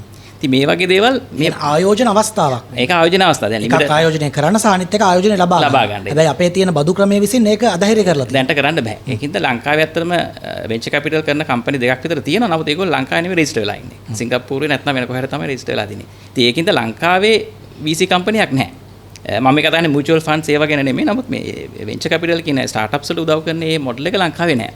ඉතින් හොඳ ඒන්ජල් ඉන්වෙස්ටර්ස්ලා ඉන්නවා. ඒ කියන්නේ තමන්ගේම සල්ලි තමන්ම දාලා උදව් කරන ගොඩක් කට්ටිය දැන් බිහි වෙලා තියෙනවා ලංකාවේ. නමුත් අර කට්ටියක් එකතු වෙලා සල්ලි එකතු කරලා අර වෙන්චර් කැපිටල් කියන මොඩල් එක ලංකාවේ වැඩ කරන්නේ නැහැ. ඉතින් මේ වගේ දේවල් මම හිතන්නේ අමාරු දේවල් නෙමෙයි ඇති කරන්නේ. ඇයි තාක්ෂණයත් එක්ක ඊළඟ අඩියට යන්න ඕනේ? මට තාම මේ ප්‍රශ්නෙට සවිස්තර උත්තරයක් හම්බුනේ. ඔව් මම දැන් උදාහරණයක් ගත්තොත් මම පොඩි උදාහරණ කීපයක් දෙන්නම්. දැන් ලංකාවේ මිනිරන් කර්මාන්තය ගැන මම කියන්නේ. ඒතකොට තේරෙන්න මිනිරන් කර්මාන්තය ගත්තොත් එහෙම අවුරුදු 100කට කලින් ලංකාවේ මිනිරන් ලෝකයෙන්ම වැඩියෙන්ම මිනිරන් විකුණපු රටක්. අවුරුද්දකට ටොන් 33000ක් විතර ලංකාවෙන් අපනයන කරපු රටක් මේ අපි හිටියට. දැන් අද කරන්නේ ඒකෙන් 10න් එකයි. අද කරන්නේ 350ක් විතර තමයි 350 වගේ ගානක් තමයි ලංකාවෙන් අද අපනයන කරන්නේ. හැබැයි ඒක අවුරුදු 100කට හරි 160කට කලින් කරපු විදිහම තමයි තාමත් අපනයන කරන්නේ. ඒ කියන්නේ කිලෝ එකකින් අපිට හම්බෙන්නේ ඩොලර් එකහමාරක් වගේ. කියන්නේ මිලියන් කිලෝ එකක් විකුණලා අපිට හම්බෙන්නේ ඩොලර් එකහමාර. දැන් උදාහරණයක් ගත්තොත් ලංකාවේ ආණ්ඩුවේම සමාගමක් වෙන මේ මිලියන් කරන මේ සමාගම් වල ආදායම සහ වියදම අතර ලොකු වෙනසක් නැහැ. යාන්තම් අර පඩි ටික ගෙවලා ඒ වියදම් ටික අරගෙන තමයි මේවා කරන්නේ. මොකද අපි ලොකු ගාණක් හම්බෙන්නේ නැහැ ලංකාවේ සමාගමට. නමුත් ඕක අපිට පුළුවන් නම් අගේ එකතු කරලා දැන් උදාහරණයක් ගත්තොත් ශ්‍රී ලංකා නැනෝ තාක්ෂණ ආයතනයේ අවුරුදු 2කට විතර කලින් හොයාගත්තා මේ ග්‍රැෆයිට් වලින් ග්‍රැෆීන් හොයාගන්න විදිය. ඉතින් ඒ වගේ අධිතාක්ෂණික දෙයකට යන්න පුළුවන් නම් නමුත් එහෙම කරලත් ඒකට ආයෝජකයෙක් හිටියේ නැහැ සෑහෙන කාලයක්. ඒ ආයෝජනය කරන්න කවුරුත් කෙනෙක් හිටියේ නැහැ. හොඳ වෙලාවට ඒක සමාගමක් ඉදිරියටපත් වෙලා දැන් ආයෝජනය කරලා දැන් ඒක ටොන් 8ක ෆැක්ටරියක් හදලා දැන් ඒක කිලෝ එකකින් අර වගේ 100 ගුණයක් සමහරට ඊටත් වැඩි ප්‍රමාණයක් හොයන්න පුළුවන් තාක්ෂණයක් හොයාගෙන තියෙන. ඉතින් අර කිව්වාගේ දැන් අපි හිතමු එක මිලියන් අපි හිතමු බෝගල හරි කොහේ හරි තැනක අවුරුදු ගණන් අර අඩි 2000ක් විතර පල්ලෙහා ඉඳන් බොහොම මහන්සියෙන් වැඩ කරන මිනිස්සුන්ට එක දවසක් වැඩ කරත් දැන් ඇති ඒක ග්‍රැෆීන් කරොත් විකුණුවා. දැන් අවුරුදු ගාණක් වෙන මිලියන් කඩලා විකුණන ගාණ එක දවසක් මිලියන් කඩලා අවුරුද්දටම ඕන ගාණ වා ගන්න පුළුවන්. ඉතින් මේක තමයි අපි කියන්නේ අගය යුතු කිරීම කියලා. මේක තමයි අපි කියන්නේ වැලියු ඇඩිෂන් කියලා. ඒ සඳහා තමයි තාක්ෂණය ඕනේ. ඒ සඳහා තමයි තාක්ෂණය අවශ්‍ය. ඒකට තාක්ෂණය තියෙන්න ඕනේ. ඒක තාක්ෂණය අපිට එක්ක පිට රටින් ගේන්න ඕනේ නැත්නම් අපි තාක්ෂණය ලංකාවේ රිසර්ච් කරලා පරිශන කරලා ඒක හොයාගන්න ඕනේ. ඉතින් ඔය දෙපැත්තම ප්‍රශ්නයක් නැහැ. ජාතිය මහා පහන්ටම විදිහට ලංකා බැංකුව දැන් මේ වැඩේට හයිය ශක්තිය සපයමින් ඉන්න ඕනේ ව්‍යවසායකයන්ට කවුරු හරි තාක්ෂණයත් එක්ක ඉස්සරහට යන්න කැමති නම් සහාය වෙනවා. ඒ දෙන සහාය කොයි වගේද කියලා අපි කතා කළා. ලංකා බැංකුවත් ව්‍යවසායක්නේ. එතකොට එහෙම ඔබ කරපු නාව්‍යකරණයන් මොනවද? තාක්ෂණයන්ට එක්ක කොහොමද ඉස්සරහට ආවේ? ඒ හරහා කොහොමද පහසුකම් සැපුවේ ඔබේ ගනුදෙනු කරුවාට? ඔව් දැන් මම ඔබට මුලින් කිව්වා වගේ අපි පුහුණු සැසි ඒ වගේ මේ වැඩසටහන මේ අක්තරම මේවා පිටිපස්සේ තියෙන තාක්ෂණයනේ. දැන් අපි මේ කතා කරන්නේ වුණත් රට පුරා යන්නේ තාක්ෂණය නිසා ව්‍යවසායකින්ට. ඒ වගේම මම ව්‍යවසායක ශාස්ත්‍රයේ දැකපු ලොකුම දෙයක් තමයි ව්‍යවසායකයා කියන කෙනාට තියෙන අදහසක්. එයා ඒ අදහස අරගෙන ඇවිල්ලා තමයි රටක් ලෝකයක් ජය ගන්න හදන්නේ. එතකොට සමාල්ලාවට එයා මේ මවාගත්ත ලෝකේ එයාට තව කෙනෙකුට පැහැදිලි කරන්න බැංකුවකට ඇවිල්ලා අපි බැංකුවට සම්බන්ධ වෙන්නේ බැංකුවේ ණයක් ගන්නවොත් මේක මවලා පෙන්වන්න වෙනවා එයාට. පෙන්නලා මේකේ ප්‍රතිලාභ පෙන්වන්න වෙනවා. නමුත් ව්‍යවසායක සමාල්ලාවට බැංකුවටත් ආධුනිකයෙක්. මෙයා එයාට නිමාඩු දෙන ලාග බැංකුවට එන වෙලාවට බැංකුවේ නිලධාරි මහත්මයා සමාල්ලාට බොහොම කාර්යබහුලයි. එයාට ස්පාසුවක් නැහැ මෙයාට කන් දෙන්න. ඉතින් එතකොට මේක ඒ සංවාදය හරියට සිද්ධ වෙන්නේ නැහැ. සමාල්ලාට මේ අදහසට වටිනාකමක් හම්බ වෙන්නේ නැහැ. ව්‍යවසායකත් එතනින් නවතින්න ඉඩ තියෙනවා. ඉතින් ඇත්තටම මේ නිසා දැන් අපි මේ ළඟදි මේක අපි ක්‍රියාත්මක කරනවා. ලංකා බැංකුව නව තාක්ෂණය දැන වෙන ක්‍රමවේදයක් හදාගෙන තියෙනවා. ව්‍යවසායකයාගේ අදහස අපිට දුන්නාම අපි බැංකුවේ නිලධාරි මහතුරු ඒගොල්ලන්ට පහසු වෙලාවක ව්‍යවසායකගේ ස්ථානට යනවා. නැත්නම් ව්‍යවසායකයා ගේනවා සුදුසු පරිදි එක් කරගන්නවා. ඒ අනුව හොඳට කල් වේලා වෙන් කරගෙන ව්‍යවසායකයත් එක්ක කතා බහ කරගෙන එයාගේ අදහස තේරුම් අරගෙන එතකොට අපිට හොඳ ඇගීමක් එතන කරන්න අවස්ථාවක් තියෙනවා. ඒ වගේම අපි මේ අද කතා කරන්නේ ව්‍යවසායකත්වයට තාක්ෂණයනේ. ඇත්තටම ලංකාව පොඩි රටක්. ඉතින් මේ රටේ අපේ වෙළඳපොළත් හරි පොඩි. දැන් අර ඔබතුමා කිව්වා වගේ අර සුබපැතුම්පත් හදන කෙනාගේ වෙළඳපොළ තියෙන විදේශ රටවල. ඉවතරපු පත්තර වලින්. පත්තර වලින්. සුබපැතුම්පත් විතරක් නෙමෙයි. විවිධ නිර්මාණ භාස්කර කූඩාරමේ ගොඩක් දේවල් හදනවා. ඒතකොට වෙළඳපොළ තියෙන පිට රටවල් වල. ඒතකොට ඒ කියන්නේ දැන් අර අපි මෑතකදී ජනප්‍රිය වෙච්ච සින්දුව ගත්තොත් ලංකාවේ ජනගහනයට වඩා ඒක ලෝකේ ජනප්‍රියයි. මැනිකේ මගේ හිතේ. ඔව්. ඉතින් ඒ ගියත් කොහමද තාක්ෂණය නිසා. ඒතකොට මම දැන් ව්‍යවසායකින්ට ඇත්තටම මේ හොඳම අවස්ථා තියෙන ලෝකයේ තියෙන අවස්ථා තාක්ෂණය ඔස්සේ අඳුන ගන්න පුළුවන්. තමාගේ නිර්මාණය නිෂ්පාදනය ලෝකයට පෙන්වන්න පුළුවන්. ඉතින් ව්‍යවසායකින්ට තාක්ෂණය යොදාගෙන මම හිතන්නේ අද තියෙන තාක්ෂණයේ උපරිම ඵල ප්‍රයෝජන ගන්න පුළුවන් ව්‍යවසායකින්ට. ඒගොල්ලන්ට තමයි හොඳම අවස්ථාව වෙලා තියෙන්නේ. මොකද ලෝකයේ අර විශ්ව ගම්මානයකුත් නෑ දැන් ඊටත් ලං වෙලා. ඉතින් ඒ නිසා මේ හදන එක දැන් මම මොන හරි දෙයක් නිෂ්පාදනයක් කරන්නේ මට මේක ගැන වැටහීමක් ආසාවක් වගකීමක් තියෙන නිසා මගේ නිෂ්පාදනය මට වටිනවා. නමුත් මම පෙන්නන පළවෙනි කෙනා ඕක ප්‍රතික්ෂේප. ඕක මොකද්ද? ඕක විකුණන්න පුළුවන්ද? ඕක කවුද ගන්නෙ? ඉතින් අර මං හිතන්නේ අර සුබපැතුම්පත් හදපු කෙනාගෙත් පළවෙනි දවසේ යා රිජෙක්ට් වුණාට විකුණ ගන්න බැරුව ගියා. ඒ කතාව ඔබට අහන්න බැරි වුණා නම් ඒ කතාව නැවත ඔබට අහන්න අවස්ථාව තිබෙනවා. ඔබ කල යුත්තේ බැලුම්ගල YouTube channel එකට එන එක. බැලුම්ගල YouTube channel එකේ අපි ඊයේ දවසේ අපි ප්‍රචාරය කරපු බැලුම්ගල වැඩසටහන මුල ඉඳන් අගට ඔබට අහන්න සලස්වලා තියෙනවා. ඒ අපි කතා කළේ මේ කතා කරන ව්‍යවසායකයා පිළිබඳව ඉවතරන පත්තර වලින් නිර්මාණ කරලා ලෝකයේ අල්ලපු සාගර රංග පිළිබඳව. ඒ වගේම ලෝකයේ දැන් අපි දන්නවා ඇත්තටම දියුණු රටවල් කිව්වම අපි ඒවැ බලපුවාම රට විතරක් නෙමෙයි මිනිසුන්ගේ මානසිකත්වයත් හරි දියුණු සමහර අවස්ථාවලදී. ඒතර ඒගොල්ලන්ගේ වැලියුස් වටිනාකම් වෙනස්. දැන් අපි පරිසරයේ ප්ලාස්ටික් හරි මොනවාරි එකතු කරනවට වඩා ඒගොල්ලෝ කැමති අර වගේ කඩදාසි වලින් දි รา යන ද්‍රව්‍යකින් එකතු කරන. ඒ නිසා අපිට එහෙම වටිනාකමක් ලෝකයට ඉල්ලුමක් තියෙන ලෝකයට වටිනාකමක් තියෙන නිෂ්පාදනයක් දෙන්න පුළුවන් නම් ඒක ලෝකයට පෙන්නපු ගමන් ඒකට ඉල්ලුමක් ඇති වෙනවා ඇත්තටම. දැන් අර ගීතය ගැන ගත්තා වුණත් ඊට වඩා වටිනා ගීත සමහරට අතීතයේදී ලංකාවේ බිහි වෙන්නේ නැති නමුත් ලෝකෙට කියන්නේ නැහැ තාක්ෂණය නැති නිසා. දැන් අද ඒක ලෝකෙට ගියා. ඉතින් ඒ තාක්ෂණය නිසා ඒ වගේ ඕනතරම් නිෂ්පාදන ඇත්තටම තාක්ෂණයත් එක්ක ලෝකෙට ගෙනියන්න පුළුවන්. කරන දේ හංගන්ගෙන්දර වැඩක් නැහැ. ඒක එළියට දාන්න ඕනේ. ඒ සඳහා තාක්ෂණිය ඕනේ. තාක්ෂණය යොදා ගන්න ඕනේ. ඒ වගේම තමයි ලෝකෙට ඕනේ මොනවද? නිෂ්පාදනය වෙන්න ඕනේ මොනවද? දැන් අපි උදාහරණයක් ගත්තොත් මේ අපි හැමෝම දන්නවා ඕගොල්ලන්ට මතකයි මම හිතන්නේ මම පොඩි කාලේ ඉගෙන ගත්තා. අර සියාතුමාමගේ සිරිමල්ගේ කතාවක් කියලා එකක්. දෙන්නට හන මිටි දෙකක් හම්බෙලා සියාතුමාම හන මිටිය කරේ ගහගෙන එනවා. සිරිමල් හන මිටිය කපු පුළුන් වලට නූල් වලට ගිහලා රෙදි වලට මාරු කරනවා. ඉතින් එතෙන්දී මිනිස්සු අර රෙදි ගෙනාපු සිරිමල් පිළිගත්තා. හන මිටිය ගෙනාපු සියාතුමාමට පොඩක් හිනා වුණා. ඉතින් එතෙන්දී දැන් මේ කතාව අපි රස විඳ සිරිමල් හොඳයි බුද්ධිමත් රෙදි තෝරගෙන ආවා කියලා. නමුත් ව්‍යවසායකයා මේක දකින්න ඕනේ අනිත් පැත්තට. ඒ කියන්නේ රෙදි වලටයි ඉල්ලුම තියෙන්නේ රෙදි පහළ වෙන්නේ නැහනේ. එහෙනම් මේ හන වලින් රෙදි හදන අවස්ථාව ව්‍යවසායකයා හඳුනා ගන්න ඕනේ. ඉල්ලුම තියෙන්නේ මෙතෙන්ට මම මේකෙන් අරක හදන්න ඕන කියලා. අන්න ඒ වගේ දැක්මක් ව්‍යවසායකින් තුල ඇති කර රටේ ජනතාව තුල ඇති කරන්න පුළුවන් නම් ඒක තමයි ව්‍යවසායකයට උදාහරණයක් මම කියන්නම්. මම දන්න අපේ කස්ටමර් කෙනෙක් අතර හොඳ ගනුදෙනු කරුවෙක්. එයා පටන් ගත්ත පොඩි බීමක් විකුණන්න. මෙයා බෝතල් ගත්තේ පිටින්. ටික කාලයක් යනකොට මෙයාට හිතුණා දැන් මේ බෝතල් මමම හැදුවොත් මොකද? බැලුවා. තව බෝතල් ඕන කරන අය ගොඩක් ඉන්නවා. දැන් කිරි ಜಾති හදනවා, පැණි බීම හදනවා, බේත් තෙල් විකුණනවා. මෙයා බෝතල් හදන්න පටන් ගත්තා. ඊට පස්සේ බෝතල් හදන ගමන් දැන් මෙයා මූඩිය ගන්න පිටින්. මෙයා ගණන් හදුවා ලංකාවට මූඩි කීයක් ඕනද? ලංකාවේ බෝතල් කීයක් විකිනනවද? මූඩිය හදන්න පටන් ගත්තා. අන්තිමට එයා ජාත්‍යන්තරයේ මේ අන්තර්ජාතික මේ කම්පැනි වලට බෝතල් මූඩි හදන තැනට යනකම් එහා ගියා. ඒ කියන්නේ ව්‍යවසායකයේ අවස්ථා හඳුනාගත්ත පියවරෙන් පියවර. ඉතින් එහෙම එකක් තියෙන නමුත් මුලම අවස්ථාවේදී සමාජලාට තමන්ගේ යෝජනාව ප්‍රතික්ෂේප වෙන්න දෙනවා. ඒ නිසා අපි ලංකා බැංකුව විදියට තාක්ෂණය යොදාගෙන ඉතා විධිමත් ක්‍රමවේදයක් හදලා තියෙනවා. මම හිතන්නේ ඒක ඉතාම සාර්ථක වේවි. ඉදිරියේදී අපි ක්‍රියාත්මක කරනවා. ගනුදෙනු කාර්යාලයට ගිහිල්ලා හොඳ වැටීමක් කරන් දීලා අනිත් එක අදහසක් අපිට නිකම් අතාරින්න බෑ. සමහරවිට අපිට ණය දෙන්න බැරි වෙයි. නමුත් වටින අදහසක් තියෙනවා. ඒ අදහස අදාළ තැන් වලට යොමු කිරීමේ ක්‍රමවේද අපි සකස් කරලා තියෙනවා. එතකොට ඊට අමතරව වර්ක්ෂොප්ස් තියලා අපිට ව්‍යවසායකයාට ඉදිරියට කරන්න ඕනේ මොනවද කියන එක. යාගේ අදහස අපි ණය නොදෙන්න පුළුවන්. නමුත් අපි නොදුන්නේයි ඔයා හදා ගන්න ඕනේ මොකද්ද? ආන් මේ වගේ පුහුණු කිරීම ආයතන වලට යාව යොමු කරන අපි ක්‍රමවේද සකස් කරලා තියෙනවා. ඉතින් මම හිතනවා මේ පැත්ත අපි ගොඩක් සාර්ථක වෙයි කියලා වෙන්න. දැන් ඔය ඔක්කොම හරි. තාක්ෂණයත් එක්ක ලංකා බැංකුව ඉස්සරහට ගිහින් තියෙනවා. තාක්ෂණයත් එක්ක ඉස්සරහට යන්න ව්‍යවසායකයන්ට දිරි දෙමින් අත දෙමින් ඉන්නවා. හැබැයි තාක්ෂණය පිළිබඳ කෙනෙක්ට තියෙනවා සමහර විට සැකයක්. දැන් අපි කියනවානේ බැංකුවට ඇවිල්ලා මුදල් තැන්පත් කරන්න එපා. බැංකුවට එන්න ඕනේ නැහැ ලයිට් බිල වතුර බිල ගෙවන්න. ගෙවන්න පුළුවන් මැෂින් එකෙන් කියලා. හැබැයි මැෂින් එකෙන් ගෙව්වම තැන්පතුව හරියට වෙයිද? බිල හරියට ගෙවෙයිද කියලා සැකේ තියෙනවා. තව උතරිනුත් එහාට ගිහින් අපි කියනවානේ දැන් මැෂින් එකට එන්න ඕනෙත් නැහැ. ඕක ඔන්ලයින් පේ කරන්න පුළුවන්. හැබැයි මම මේක ඔන්ලයින් පේ කරන්න ගිහිල්ලා මගේ බැංකුවේ තියෙන ඉතුරු සල්ලි ටිකත් කැපිලා යයිද නැති වෙයිද? මෙහෙම සැකයක් තියෙනවා. දැන් මම දනතරමින් ලංකා බැංකුව පහසුකම් දීලා තියෙනවා ඔන්ලයින් ණය සඳහා යොදම් කරන්න පවා. හැබැයි සැකය තියෙනවා මෙහෙම ඇප්ලිකේෂන් එක දැම්ම කියලා ණය ලැබෙයිද? මේ සැකය කොහොමද ජයගන්නේ? මෙහෙමයි. ඇත්තටම අර ඉස්සෙල්ලා කතා කරා වගේ අර මොනවාද පැච්ච් වර්ක් 1000 දෙන්න බෑ කියන්නේ අපි හැමෝම මිනිස්සු විදියට වෙනස් වෙන්න හරි අකමැතියි. අපි කැමති අපේ කම්ෆර්ටබල් සෝන් එකේ ඉන්න. මට කරලා හුරු පුරුදු දේත් එක්ක ඉන්න මම කැමතියි. නමුත් එහෙම හිටියොත් දියුණුවට යන්න බෑ.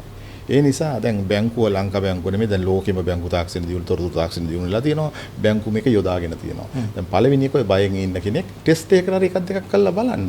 අනික එහෙම වංචා වෙනවා නම් එහෙම අඩුපාඩු වැරදි මේ ක්‍රියාදාමයන් ඇතුලේ තියෙනවා නම් මේවා පවතින්නේ නැහැ. මේවා දියුණු වෙන්නේ නැහැ. මේ ගනුදෙනුකාර ප්‍රජාවට එනම් මේ බැංකු මේ තරමට මේක යොදා ගන්න බෑ. ඉතින් ඒ යොදාගෙන තියෙන්නේ ඒක ඊටාම සාර්ථකයි කියන කිසි ගැටලුවක් නැහැ. ඒ වගේම මම කියන්නේ මේක 100ක් වෙනවා කියලා. සමහරවල් ATM එකෙන් සල්ලි ගන්න ගියාම කාඩ් එක හිර වෙනවා. සල්ලි එන්නේ නැතුව යනවා. සමහරවල්ට දාන ට්‍රාන්සැක්ෂන් එකේ නම්බර එක වරදිනවා. නමුත් මේවට බැංකු ක්‍රමවේද සකස් කරලා තියෙනවා. ඒ නිසා ඒකේ හානියක් නැහැ. ඊට අමතරව දැන් අපේ තොරතුරු අපේ හෙල්ප් ඩෙස්ක් එක තියෙනවා.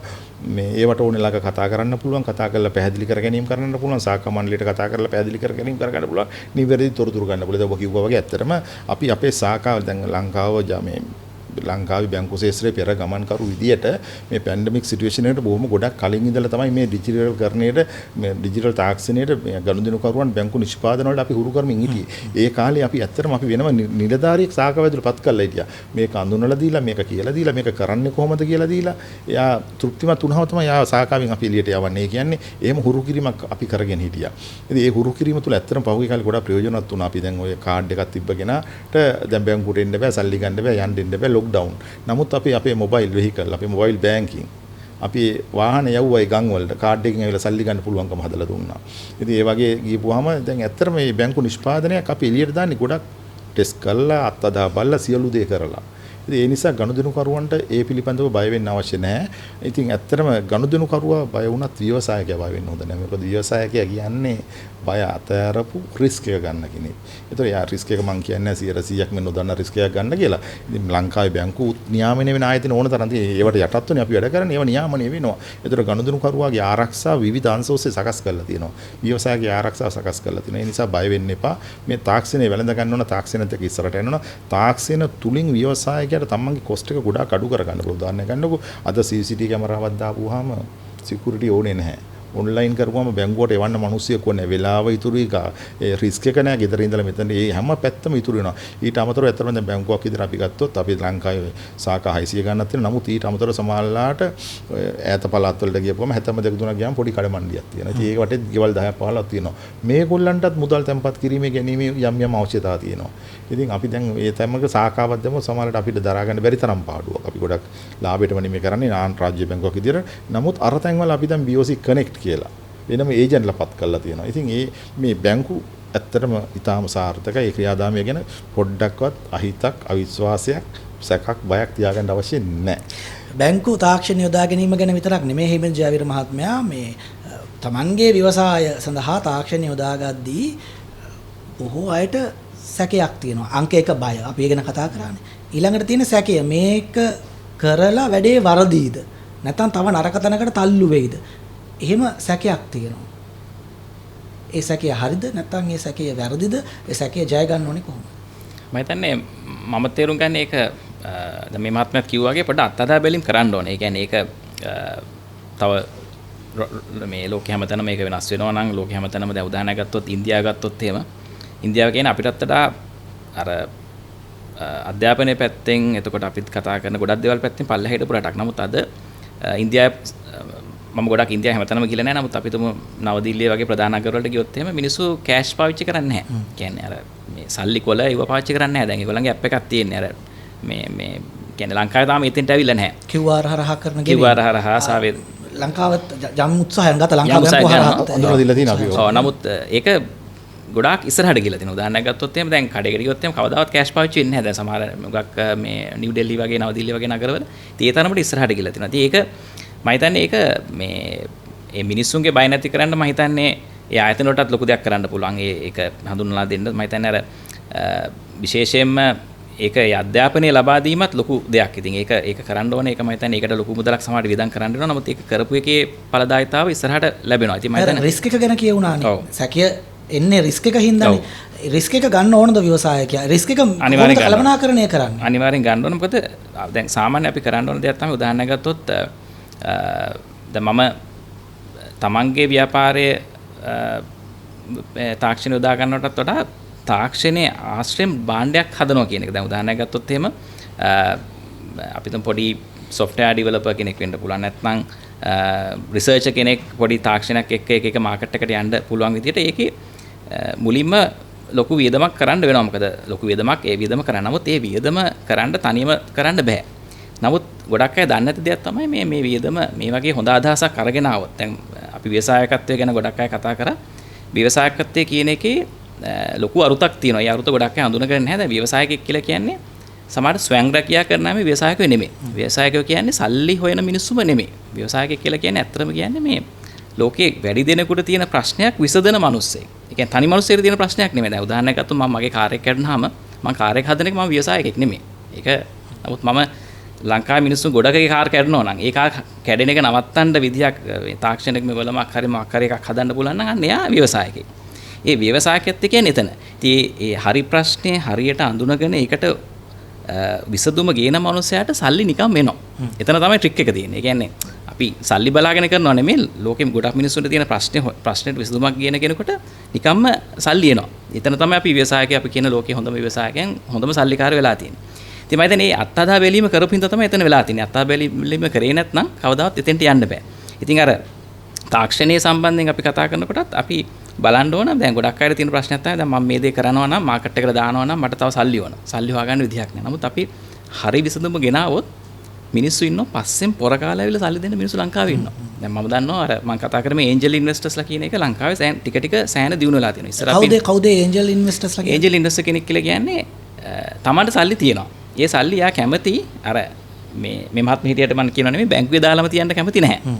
නමුත් තමන් කැමති පොඩ්ඩක් අර රිස්ක් එක තියෙන බිස්නස් එක දෙක තුන දාන්න. සමහරට එකක දෙකක දාලා රුපියල් මිලියනයක් දෙකක් නැති වුණා කියලා ඒගොල්ලන්ට ප්‍රශ්නයක් නැහැ. මොකද ඒ තරමට සල්ලි තියෙනවා මිනිස්සු. ඒ වගේ මිනිස්සු ගොඩාක් ලංකාවේ ඉන්නවා. සමහරට ලංකාවේ උසස් සමාගම් වල CEO වගේ වෙලා හරි ලොකු තැනකට ආපු මිනිස්සු වෙන්න පුළුවන්. තමන්ගේම බිස්නස් එකකින් සල්ලි හොපු මිනිස්සු වෙන්න පුළුවන්. නැත්නම් තමන්ගේ පරම්පරාවෙන් ආපු සල්ලි තියෙන මිනිස්සු වෙන්න පුළුවන්. ඒ වගේ කට්ටිය මම කියන්නේ මිලියන් ගණන් ඉන්නවා කියලා. නමුත් ලංකාවේ 10000ක් 20000ක් ලක්ෂයක් විතර ඉන්නවා මිනිස්සු. මේ මිනිස්සුව හොයා ගන්න ඕනේ ඉස්සෙල්ලා. ඒක හොයා ගන්න ඕන තරම් කට්ටිය ඉන්නවා. හැබැයි ඒගොල්ලෝ නිකන් හම්බෙලා වැඩක් නැහැ. තමන් පෙන්වන්න ඕන තමන් ඒ සල්ලි ගන්න සුදුසු කෙනෙක් කියලා. නිකන් ඉල්ලුවට සල්ලි දෙන්නේ නැහැ. නිකන් ඉල්ලුවට සල්ලි දෙන්නේ නැහැ. දෙන්නෙත් නැහැ නේ. ඒ සඳහා ව්‍යාපෘති වාර්තාව ඕනේ. වාර්තාව ඕන වාර්තාව විතරක් වැඩක් නැහැ. ඒ කියන්නේ බිස්නස් පැත්ත පෙන්වලා වැඩක් නැහැ.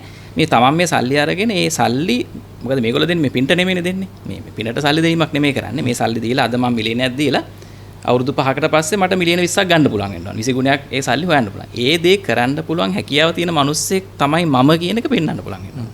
ඒකට අපි ඒක ඉන්ටෙග්‍රිටි තියෙන්න ඕනේ. ඒ කියන්නේ තමන් අව්‍යාජ මිනිසෙක් වෙන්න ඕනේ.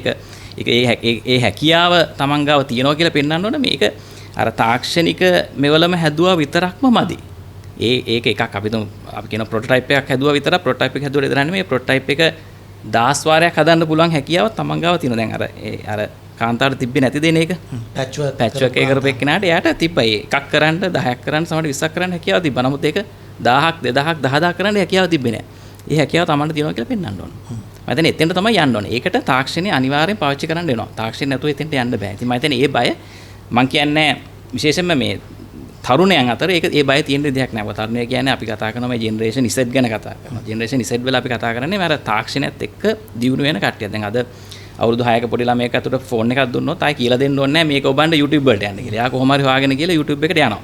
ඉතින් ඒ වගේ කට්ටියක් නෙමෙයි අපි දැන් දකින්නේ. ඉතින් ඒ කට්ටියට ආයි අමුතුවෙන් තාක්ෂණය කියන එක ආයි ඇඟෙන් අතින් ඇනලා පෙන්නන්න ඕනේ මේක කරන්න කියලා. ඒක ඇඟ ඇතුලේ තියෙනවා. මේ කොච්චර කිව්වත් තාමත් සමහරවිට ඔබට ප්‍රශ්න ඇති. ඒ ප්‍රශ්නත් අපිට කියන්න අපි ලෑස්ති ඒවට උත්තර හොයන්න ඔබට උදව් කරන්න. අද සමහර විට බැරි වෙයි ඔබේ ප්‍රශ්නය NETFM Unlimited කනපිට සංවාද සභාවේදී සාකච්ඡාවට ගන්න. නමුත් මේක වැඩසටහන් මාලාවක්. අපේ ඉදිරි වැඩසටහනකදී අනිවාර්යයෙන්ම අපි ඔබේ ප්‍රශ්නයට උත්තර හොයලා දෙන්න සූදානම්. ඔබ කරන්න ඕනේ එන්න බැලුම්ගල YouTube channel එකට හෝ බැලුම්ගල Facebook පිටුවට රේඩියෝවක් විදිහට අපිත් තාක්ෂණයත් එක්ක ඉස්සරහට ගිහින් තියෙනවා. දැන් ඉස්සර නම් රේඩියෝ වැඩසටහනක් අහන්න විතරනේ පුළුවන්. හැබැයි දැන් ඔබට පුළුවන් අපිව අහනවා වගේම බලන්න.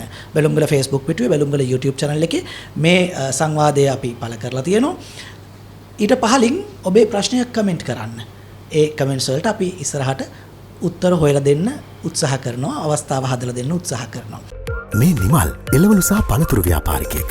ශානිකා බතික්‍රදිපිලි ව්‍යාපාරිකාවක්. මහේන්ද්‍ර කුළුබඩු අපනයන ව්‍යාපාරයක් කරනවා. මේ තුන් දෙනාම තමන්ගේ ව්‍යාපාර ලෝකයට ගෙනියන්න විශ්වාස කරේ එකම තැනක්. ඒ ලංකා බැංකුව. අවමල්ලිය කියවිලි. ජාත්‍යන්තර ගෙවීම් පිළිබඳ විශේෂඥ උපදෙස්. කාර්යක්ෂම සහ කඩිනම් බැංකු පහසුකම් සමගින් අපනයන වෙළඳපොළ සම්බන්ධීකරණ සේවා. ආකර්ශනීය පොලි සහ විනිමය අනුපාදත ඇතුළුව සියලුම මූල්‍ය සහ මූල්‍ය නොවන අපනයන සේවා දැන් එකම වහලක් යට. BOC Export Circle Lanka බැංකුවෙන්. සුළු කුඩා හෝ මධ්‍ය පරිමාණ ව්‍යවසායකයෙක් නම් ඔබ කොහොමද ඔබේ ව්‍යවසාය ඊළඟ ලෙවල් එකට අරන් යන්නේ next level එකට අරන් යන්නේ ඒ සඳහා තාක්ෂණය කොහොමද යොදාගන්නේ ඔබ මේ පටන් ගන්න බලාපොරොත්තු වෙමින් ඉන්න කෙනෙක් නම් කොහොමද පටන් ගන්නෙ පටන් ගැනීම සඳහා කොහොමද තාක්ෂණය යොදාගන්නේ ඒ සඳහා බැංකුවකට කොහොමද ඔබට හයිය වෙන්න පුළුවන් අද අපි කතා කරමින් ඉන්නේ ඒ පිළිබඳව අපිත් එක්ක ඉන්නවා ව්‍යවසායකයන් බලගන්වන්නේ ආයෝජකයෙක් විදිහට හේමින්ද ජයවීර මහත්මයා ඒ වගේම ලංකා බැංකුව වෙනුවෙන් ලංකා බැංකුවේ සහකාර මහා කළමනාකාර සංවර්ධන බැංකු කටයුතු සමන්ත විමලසිරි මහත්මයාත් අපිත් එක්ක ඉන්නවා. සහකාර මහා කළමනාකාරතුමනි දැන් ලංකා බැංකුව ව්‍යවසායකයන් වෙනුවෙන් සපයා තිබෙන පහසුකම් ගණනාවක් පිළිබඳව අපි සාකච්ඡා කළා. තාක්ෂණයත් එක්ක අප්ඩේට් වුණු යාවත් කාලින වුණු පහසුකම් ගණනාවක් ගැන අපි කතා කළා. මේ පහසුකම් කොහොමද ව්‍යවසායකයෙක් ලබා ගන්න? අපි උදාහරණයක් ගමුකෝ. ගොඩක් දෙනෙක්ට තියෙන ප්‍රශ්නේ මේ ප්‍රාග්ධනය, ඕකාරක ප්‍රාග්ධනය. ඒකට ණය ගන්න පුළුවන්ද ඩිජිටල්?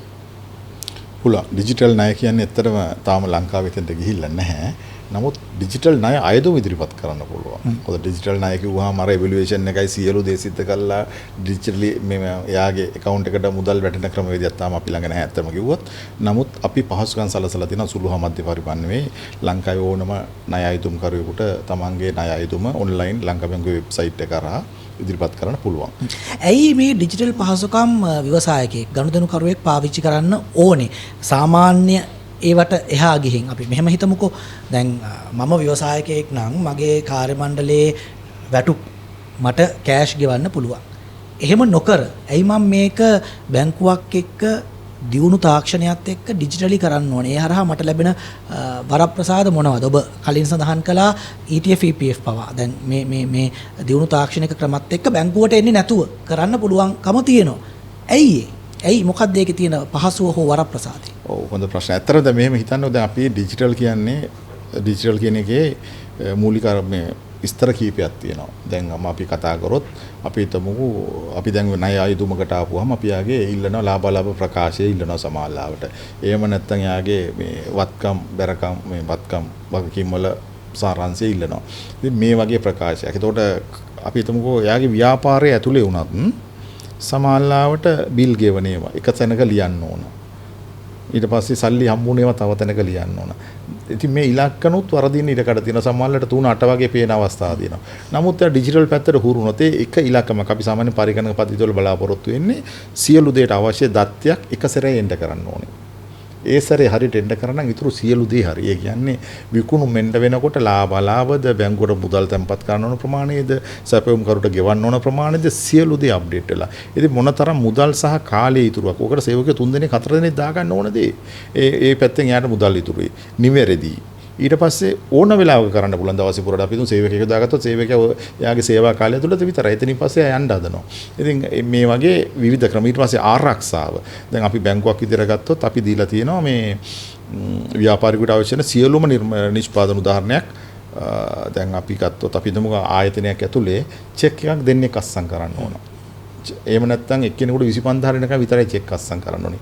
අන්න ඒ වගේ කන්ට්‍රෝල්ස් ඒ කියන්නේ ඒ වගේ පාලන ක්‍රමවේද අනුගත කරපු බැංකු නිෂ්පාදනයක් අපි ගණතුකරුට දීලා දෙනවා. ගණතුකාරයට ඒක ගත්තාම අපිත් එක්ක එකතු වෙලා එයාට තියෙන්නේ සිස්ටම් එකේම පාස්වර්ඩ් දෙක දැම්මාම චෙක් එක අනුමත වෙනවා. චෙක් එක අනුමත වෙනවා විතර නෙමෙයි අවශ්‍ය නම් අදාළ ගිණුමට යනවා. ඒතර RTGS වගේ දේවල් අරන් අපි අද පේමන්ට් එක අදම කරනවා. ඒ කියන්නේ දැන් සල්ලි දාපුවම එයාගේ සප්ලයර් කෙනෙකුට දැන් ගන්න පුළුවන්. ඊට පස්සේ අපි අනිත් පැත්තෙන් හිතුවත් අපි හිතමු එයාට හම්බෙන්න ගෙවීමක් කියලා account එකට කරනකොට එයාට SMS එක එනවා. මේ කොච්චර පහසුද බලන්න ඕනේ. නැත්නම් අරක කෝල් කරන්න ඕන, සල්ලි ආවද බලන්න ඕන. ඒ වගේ උපරිමෙන් අපි මේ පහසුකම් ටික සලසලා තියෙනවා. ඉතින් ඩිජිටල් කරේදී මම ගත්තේ දැන් ඒ යොදා ගැනීම තුළ නිවැරදිතාවය තියෙනවා, කාර්යක්ෂමතාවය තියෙනවා, මුදල් සහ කාලය ඉතුරු වීම තියෙනවා. ඒ පැත්තෙන් හරි වැදගත්. ඒ වගේම තමයි Tamanට අවශ්‍ය ඕන වෙලාවක පරණ ඒවා පොතක් පෙරලනවා වගේ නෙවෙයි අවුරුදු ගානක දෙයක් වුණත් එකටක් ගන්නකොට සිස්ටම් එක කරා හොයා ගන්න පුළුවන්. කැල්කියුලේෂන්ස් නිවැරදි. දත්ත රෙකෝඩ් කරලා තියාගැනීමේ පහසුව තියෙනවා. ඒවා නැවත අවශ්‍ය නම් බලන්න පහසුව තියෙනවා. ඒ වගේම දැන් අපි බැංකුවත් එක්ක වගේ ගනුදෙනු කරනවා නම් අපි හිතමුකෝ ගනුදෙනු කරුගේ ගිණුම් ප්‍රකාශනය කියලා. ඒක ඉතින් උසාවියකට උනත් ඉදිරිපත් කරන්න පුළුවන්කම තියෙන. ඉතින් අනිත් ආයතන මේක පිළිගන්නවා.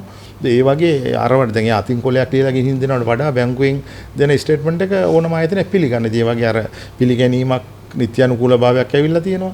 ඉතින් මේ වගේ අනේක විද වරප්‍රසද්ද තියෙන. ඒ වගේම තමයි ගනුදෙනුකාරයෙක් ඇත්තටම දැන් අපි ඉස්සෙල්ලා මුලින්ම කිව්වා වගේ තාක්ෂණයත් එක්ක ලෝකෙ දියුණු වෙනකොට ව්‍යාපාරයේ දියුණු වෙන්නත් ව්‍යාපාරයට තාක්ෂණය වුණා. ඉතින් අර මුල ඉඳලම පුළුවන් උපරිමෙන් තාක්ෂණය යොදාගෙන යන තරමට ගනුදෙනුකාරයාගේ ගමන සාර්ථකයි. ව්‍යවසායකයේ ගමන සාර්ථකයි. ඒ වගේම තමයි මැනුවල් කර ඉන්න තැනකට කෙනෙක් උරුණා මම අර ඉස්සෙල්ලා කිව්වා වගේ අපේ මිනිස්සු වෙනස් වෙන්න තමයි අකමැති. හරි අමාරු වෙනස් කරන්න.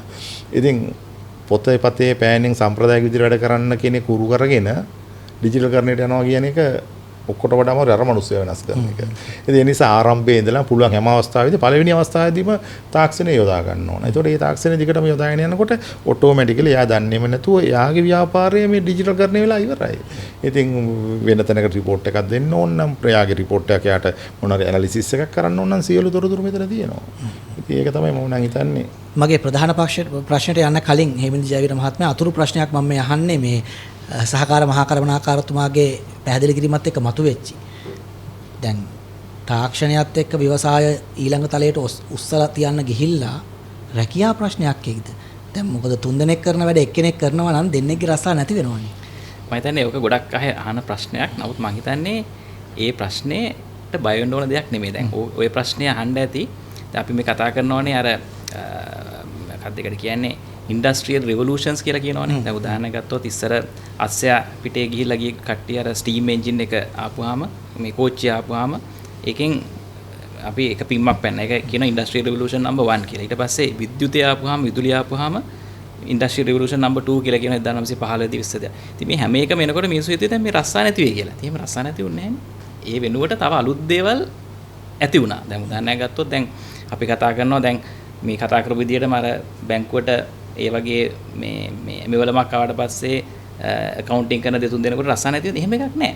තව දේවල් හැදෙනවා ඒගොල්ලන්ට. ඉතින් හැබැයි ඒගොල්ලෝ දැනගන්න ඕනේ මේ අලුත් තාක්ෂණය එනකොට දැන් මගේ රස්සාව දැන් මම මේකම කර හිටියොත් මගේ රස්සාවට ප්‍රශ්නයක් වෙනවා. දැන් මම මේ අලුත් දේවල් ඉගෙන ගන්න ඕනේ. ඒතර සමහරට එතනින් එහාට data analytics පැත්තට යන්න පුළුවන්. මොකද සමහර ඒවා හැමදේම මෙවලමටම කරන්න බෑ. ඒකට සමහරට තව අර අපේ බුද්ධිය පාවිච්චි කරන්න පුළුවන් දේවල් වලට හිමිසරේ යන්න ඕන. ව්‍යවසාය සහ ව්‍යවසායකයා වගේම රැකියාවේ යෙදෙන්න සේවකයාත් අප්ඩේට් වෙන්න ඕන. තාක්ෂණයත් එක්ක. අප්ඩේට් වෙලා ඒක ඊළඟ ලෙවල් එකට යන්න ඕන. මොකද අර සමහරට කොච්චර ඒ ටික කරත් සමහරට තව පොඩි කැලලක් තියෙන්න පුළුවන්. ඒක හරියටම මේ එක්ස්ප්ලেইন කරන්න නැත්නම් තේරුම් කරලා දෙන්න තව පොඩි කැලලක් කරන්න වෙනවා. සමහරට ඒක ලස්සන පින්තූරයක ඇඳලා පෙන්නන්න ඕන ඔයාගේ මේ ඒකටත් මෙවලම් දැන් තියෙනවා. නමුත් ඒක සමහරට ඒක ඒ පැත්තට යන්න පුළුවන්.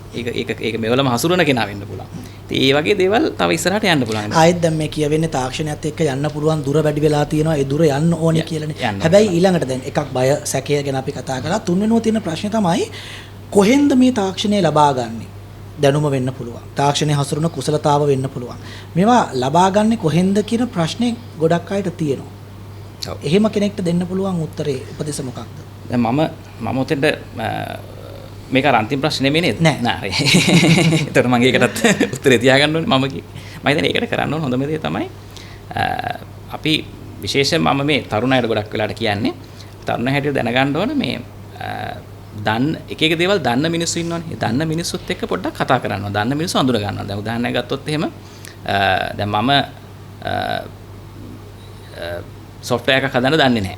නමුත් software එකක් මට කවදා හරි වෙලාවක ඕන වෙයි. දැන් උදාහරණයක් ගත්තොත් මගේ ව්‍යාපාරේ කොතනක හරි අර ගිණුම් කරන්නේ සම්බන්ධයක් හරි මොකක් හරි හදා ගන්න ඕනේ. ඒ කරන කට්ටිය ගැන පොඩි දැනුමක් තියෙන්න ඕන. අඩුම තරමින් ඒක වෙන කෙනෙකුට දීලා කරගන්නකොට ඒ ගැන ඒක මොකද්ද වෙන්න ඕන කියන එක දැනගන්න ඕන. නැත්නම් දැන් මම මොකක් හරි තාක්ෂණික පැත්තෙන් ඉංජිනේරු පැත්තෙන් ඇවිල්ලා මම ව්‍යාපාරයකට යනකොට සමහරට මම ව්‍යාපාරික දැනුම මට එච්චර නැති වෙනවා. නමුත් පොඩි දැනුමක් තියාගන්න හොඳම දේ තමයි ඒ ව්‍යාපාරික දැනුම තියෙන කෙනෙක් එක්ක පොඩක් කතා කරන එක. ඒක සමහරට තමන්ගේ යාළුවෙක් වෙන්න පුළුවන් නැත්නම් තමන්ට උඩින් ඉන්න කෙනෙක් වෙන්න පුළුවන්. ඒ අර අපි කියන එකට සෝෂල් නෙට්වර්ක් එක කියලා. මේ ලංකාවේ මිනිස්සුන්ට ගොඩක් ප්‍රශ්න ඇති මේ සෝෂල් නෙට්වර්ක් එක හදා ගන්න ඕන. ඒ කියන්නේ තමන්ට වඩා දන්න මිනිස්සු ආශ්‍රය කරන්න පුළුවන් වෙන්න ඕන. හැම වෙලාවෙම මේ දැන් මම සාමාන්‍යයෙන් කරන්නේ මගේ ආයතනයේ කෙනෙක් මගේ යටතට ගන්නවා නම් මට වඩා දන්න කෙනෙක් තමයි මම ගන්න යට.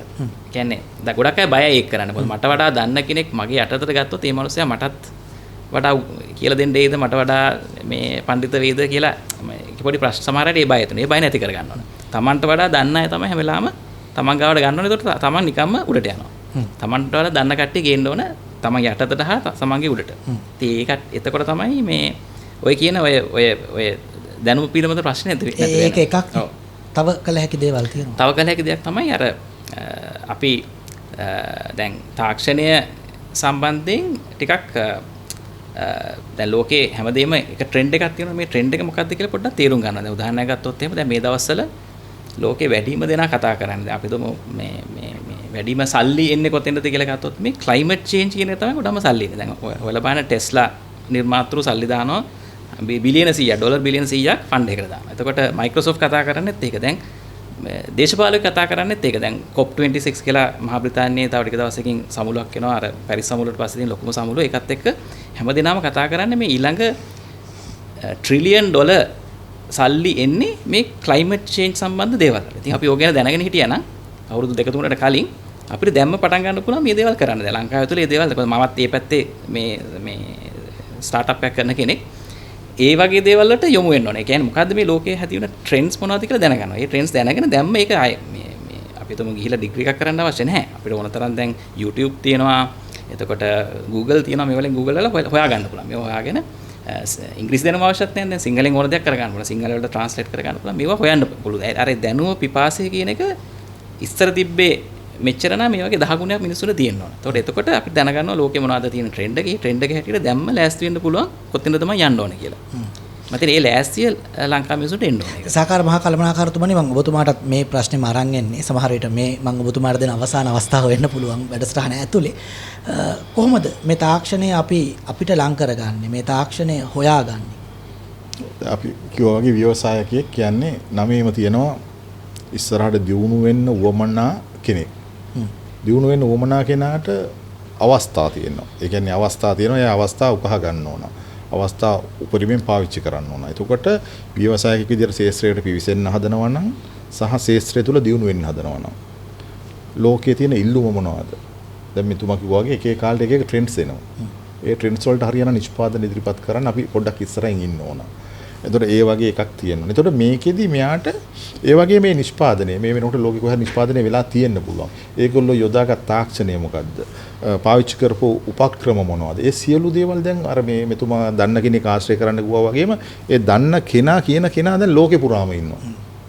YouTube එක හරහා ඉන්ටර්නෙට් එක හරහා විවිධ ක්‍රම හරහා ඒ අයගේ දැනුම සොයා ගැනීම නිෂ්පාදනය කරපු ආකාරය ඒගොල්ලෝ නැගී හිටපු ආකාරය සක්සස් ස්ටෝරි ඕන තරම් තියෙනවා. ඉතින් මේවා කියවපුවාම මේවා ඇතුලේ ව්‍යවසායකයන් දිරිමත් කරන්න සහ ඕන තරම් තොරතුරු තියෙනවා. ඒ වගේම තමන්ගේ නිෂ්පාදනය පිළිබඳ වෙළඳපොළ පිළිබඳව, තමන්ගේ නිෂ්පාදනයට එක් විය යුතු ගුණාංග පිළිබඳව, ඒ සඳහා අමුද්‍රව්‍ය ලබා ගන්නට හැකි ආකාර, ඒ වගේ සියලුම දේවල් ගැන හොඳ ඇනලිසිස් එකක් කරලා තමන්ගේ නිෂ්පාදනය ගැන වැටහීමක් හදාගෙන ඒකට පිවිසෙන්න පුළුවන්. පිවිසලා ඉන්න කෙනාට අලුත් වෙළඳපොළ වලට යන හැටි දැන් අපි ගත්තොත් එහෙම ඉදා ඉඳලම අපේ රටේ ප්‍රධාන ආදායම් මාර්ගය තේ පොළ රබර් කියනවා.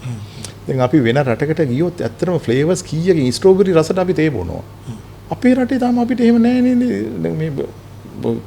මේ පායන පැත්තකවත් රස්නේ කාලයකට ගියා වුණත් තේ එක නම් තේ එකනේ අපිට තියෙන්නේ. ඉතින් ඒ වගේ නිෂ්පාදන ඕන තරම් අපිට දාගන්න පුළුවන්. ඉතින් කුරුඳු පොත්තෙන් අපි තාම කරන්නේ තලලා පොත් අරන් හොද්දට දාන එකනේ. ඔතනින් එහා නිෂ්පාදන කොච්චර සිද්ධ වෙනවද? වැලියු ඇඩිෂන් කියන එක නැහැනේ. ඉතින් නමුත් අපේ රටේ කුරුඳු අපි පිටරට යවනවානේ. ඉතින් ඒ කියන්නේ අවස්ථාව ඕන තරම් තියෙනවා. වෙළඳපොළ ලංකාවේ නොවෙන්න පුළුවන්. රබර් ගන්නකො රබර් වලුත් අපි තාම මොනවද කරන්නේ? ඒ රබරුත් අපි එහෙමම කුට්ටි රබර් හරි ක්‍රේප් රබර් හරි කියනවා යවනවා. නමුත් ඒ මිනිස්සු ඒක අරන් ඒ විදිහට පාවිච්චි කරන්නේ නැහැ නේ. අනිත් ඒ නිෂ්පාදනය මේ කරන්න බැරි. ඒ රබර් නැති මිනිහා රබර් වලින් බාණ්ඩ හදනවා.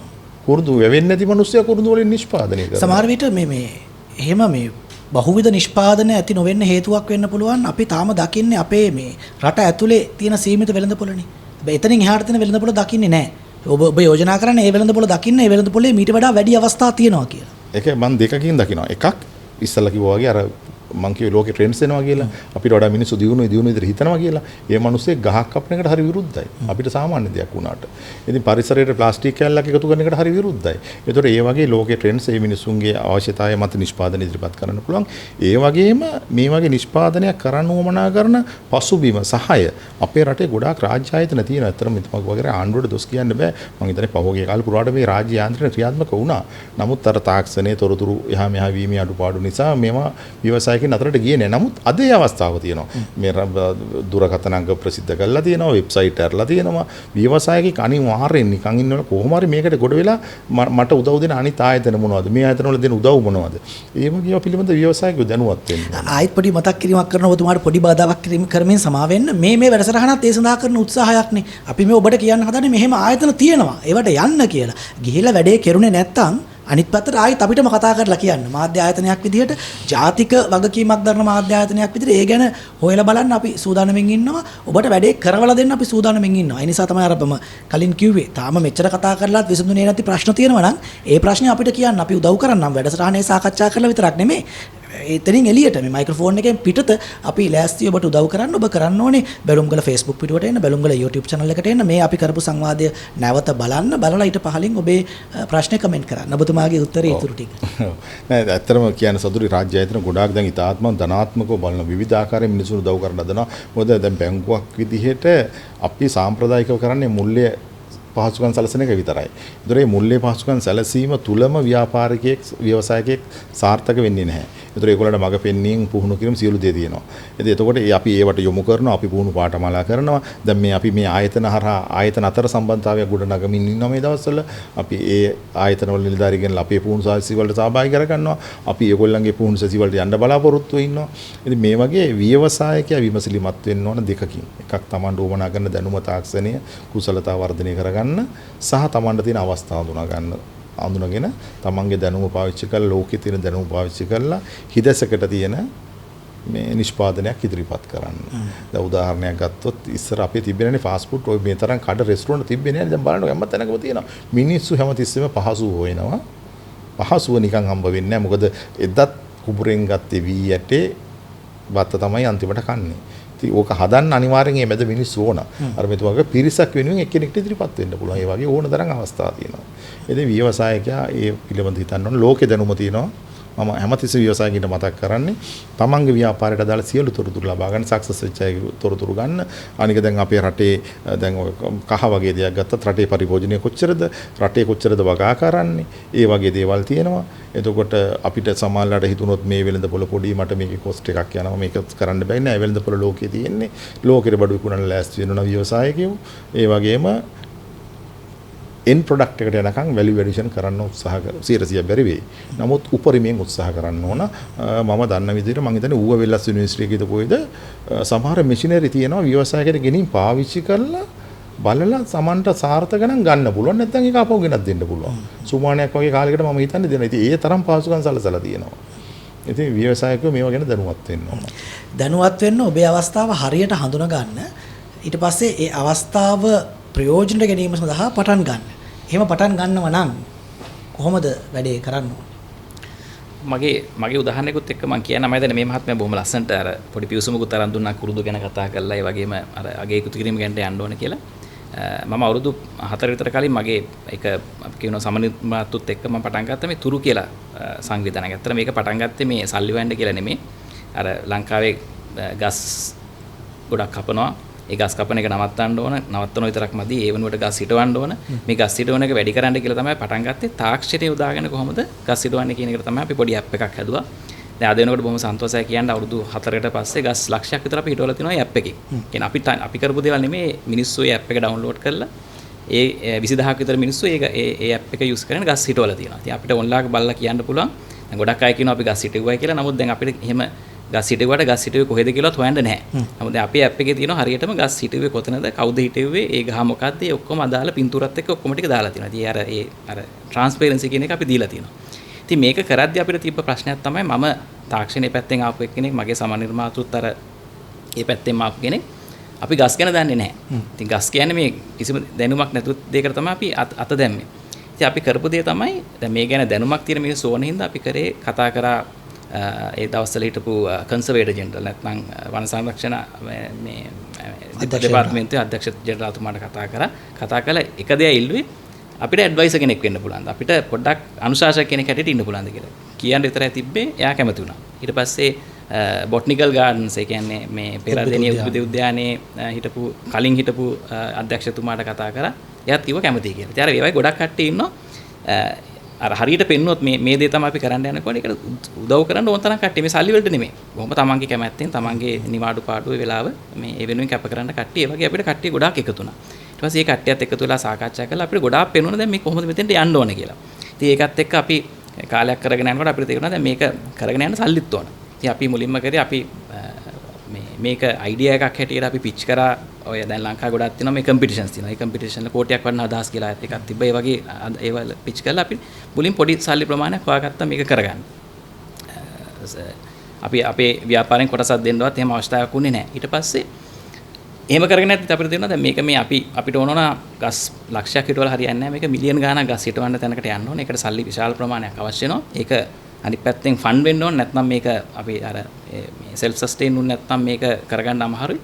ඉතින් අපි ඒකින්ද ඒක මොනිටයිස් කරන්න. ඒක සල්ලි කරන්න විදිහත් අපි හොයන්න ගත්තා. ඉතින් මේක අපි තනියම ආපු අදහස් නෙමෙයි. අර ඒ වගේ අර ඒක දෙගෙන දන්න කට්ටියට කතා කරනකොට තමයි අදහස් ආවේ. දැන් අද අපි ඒක තාක්ෂණය යොදාගෙන අපි ගෙනාවා turu.lk කියලා මේ ඒක මේ වෙබ්සයිට් එකේ වෙබ්සයිට් එකට ගියාපම ගහක් හිටවන්න අවශ්‍ය හැමදේම ඒ වෙබ්සයිට් එකේ තියෙනවා. ඉතින් අපි ඒවා ගෙනිලා ගෙවල්ලටම ගෙනිලා දෙනවා.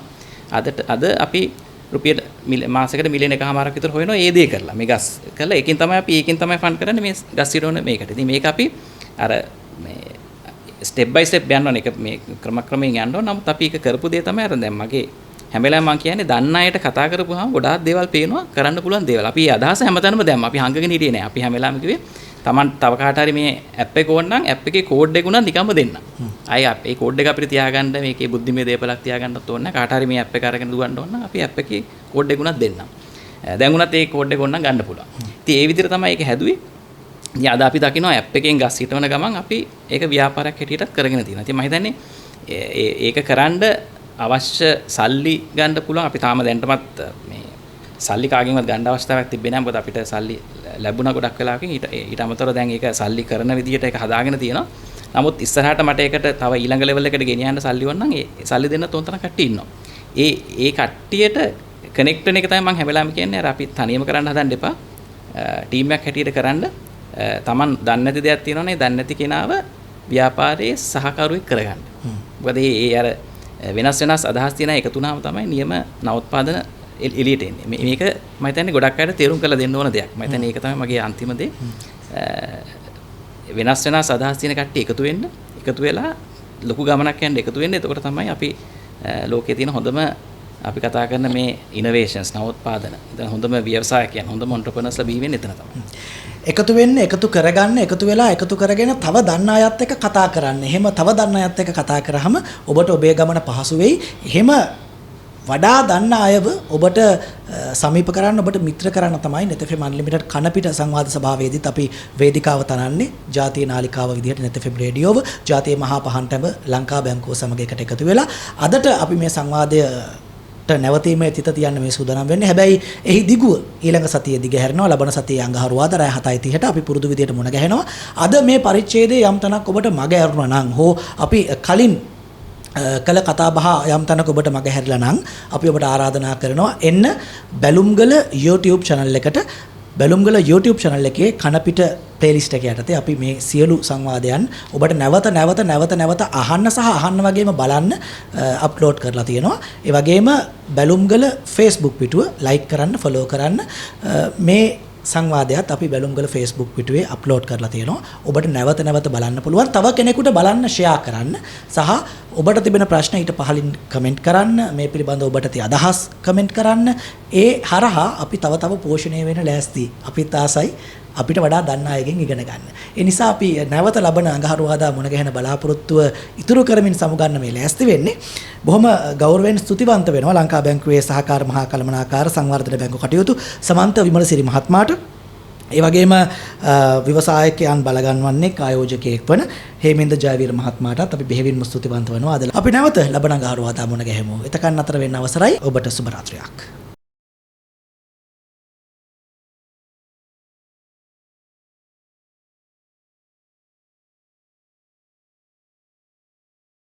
මේ නිමල් එළවලු සහ පළතුරු ව්‍යාපාරිකයෙක්.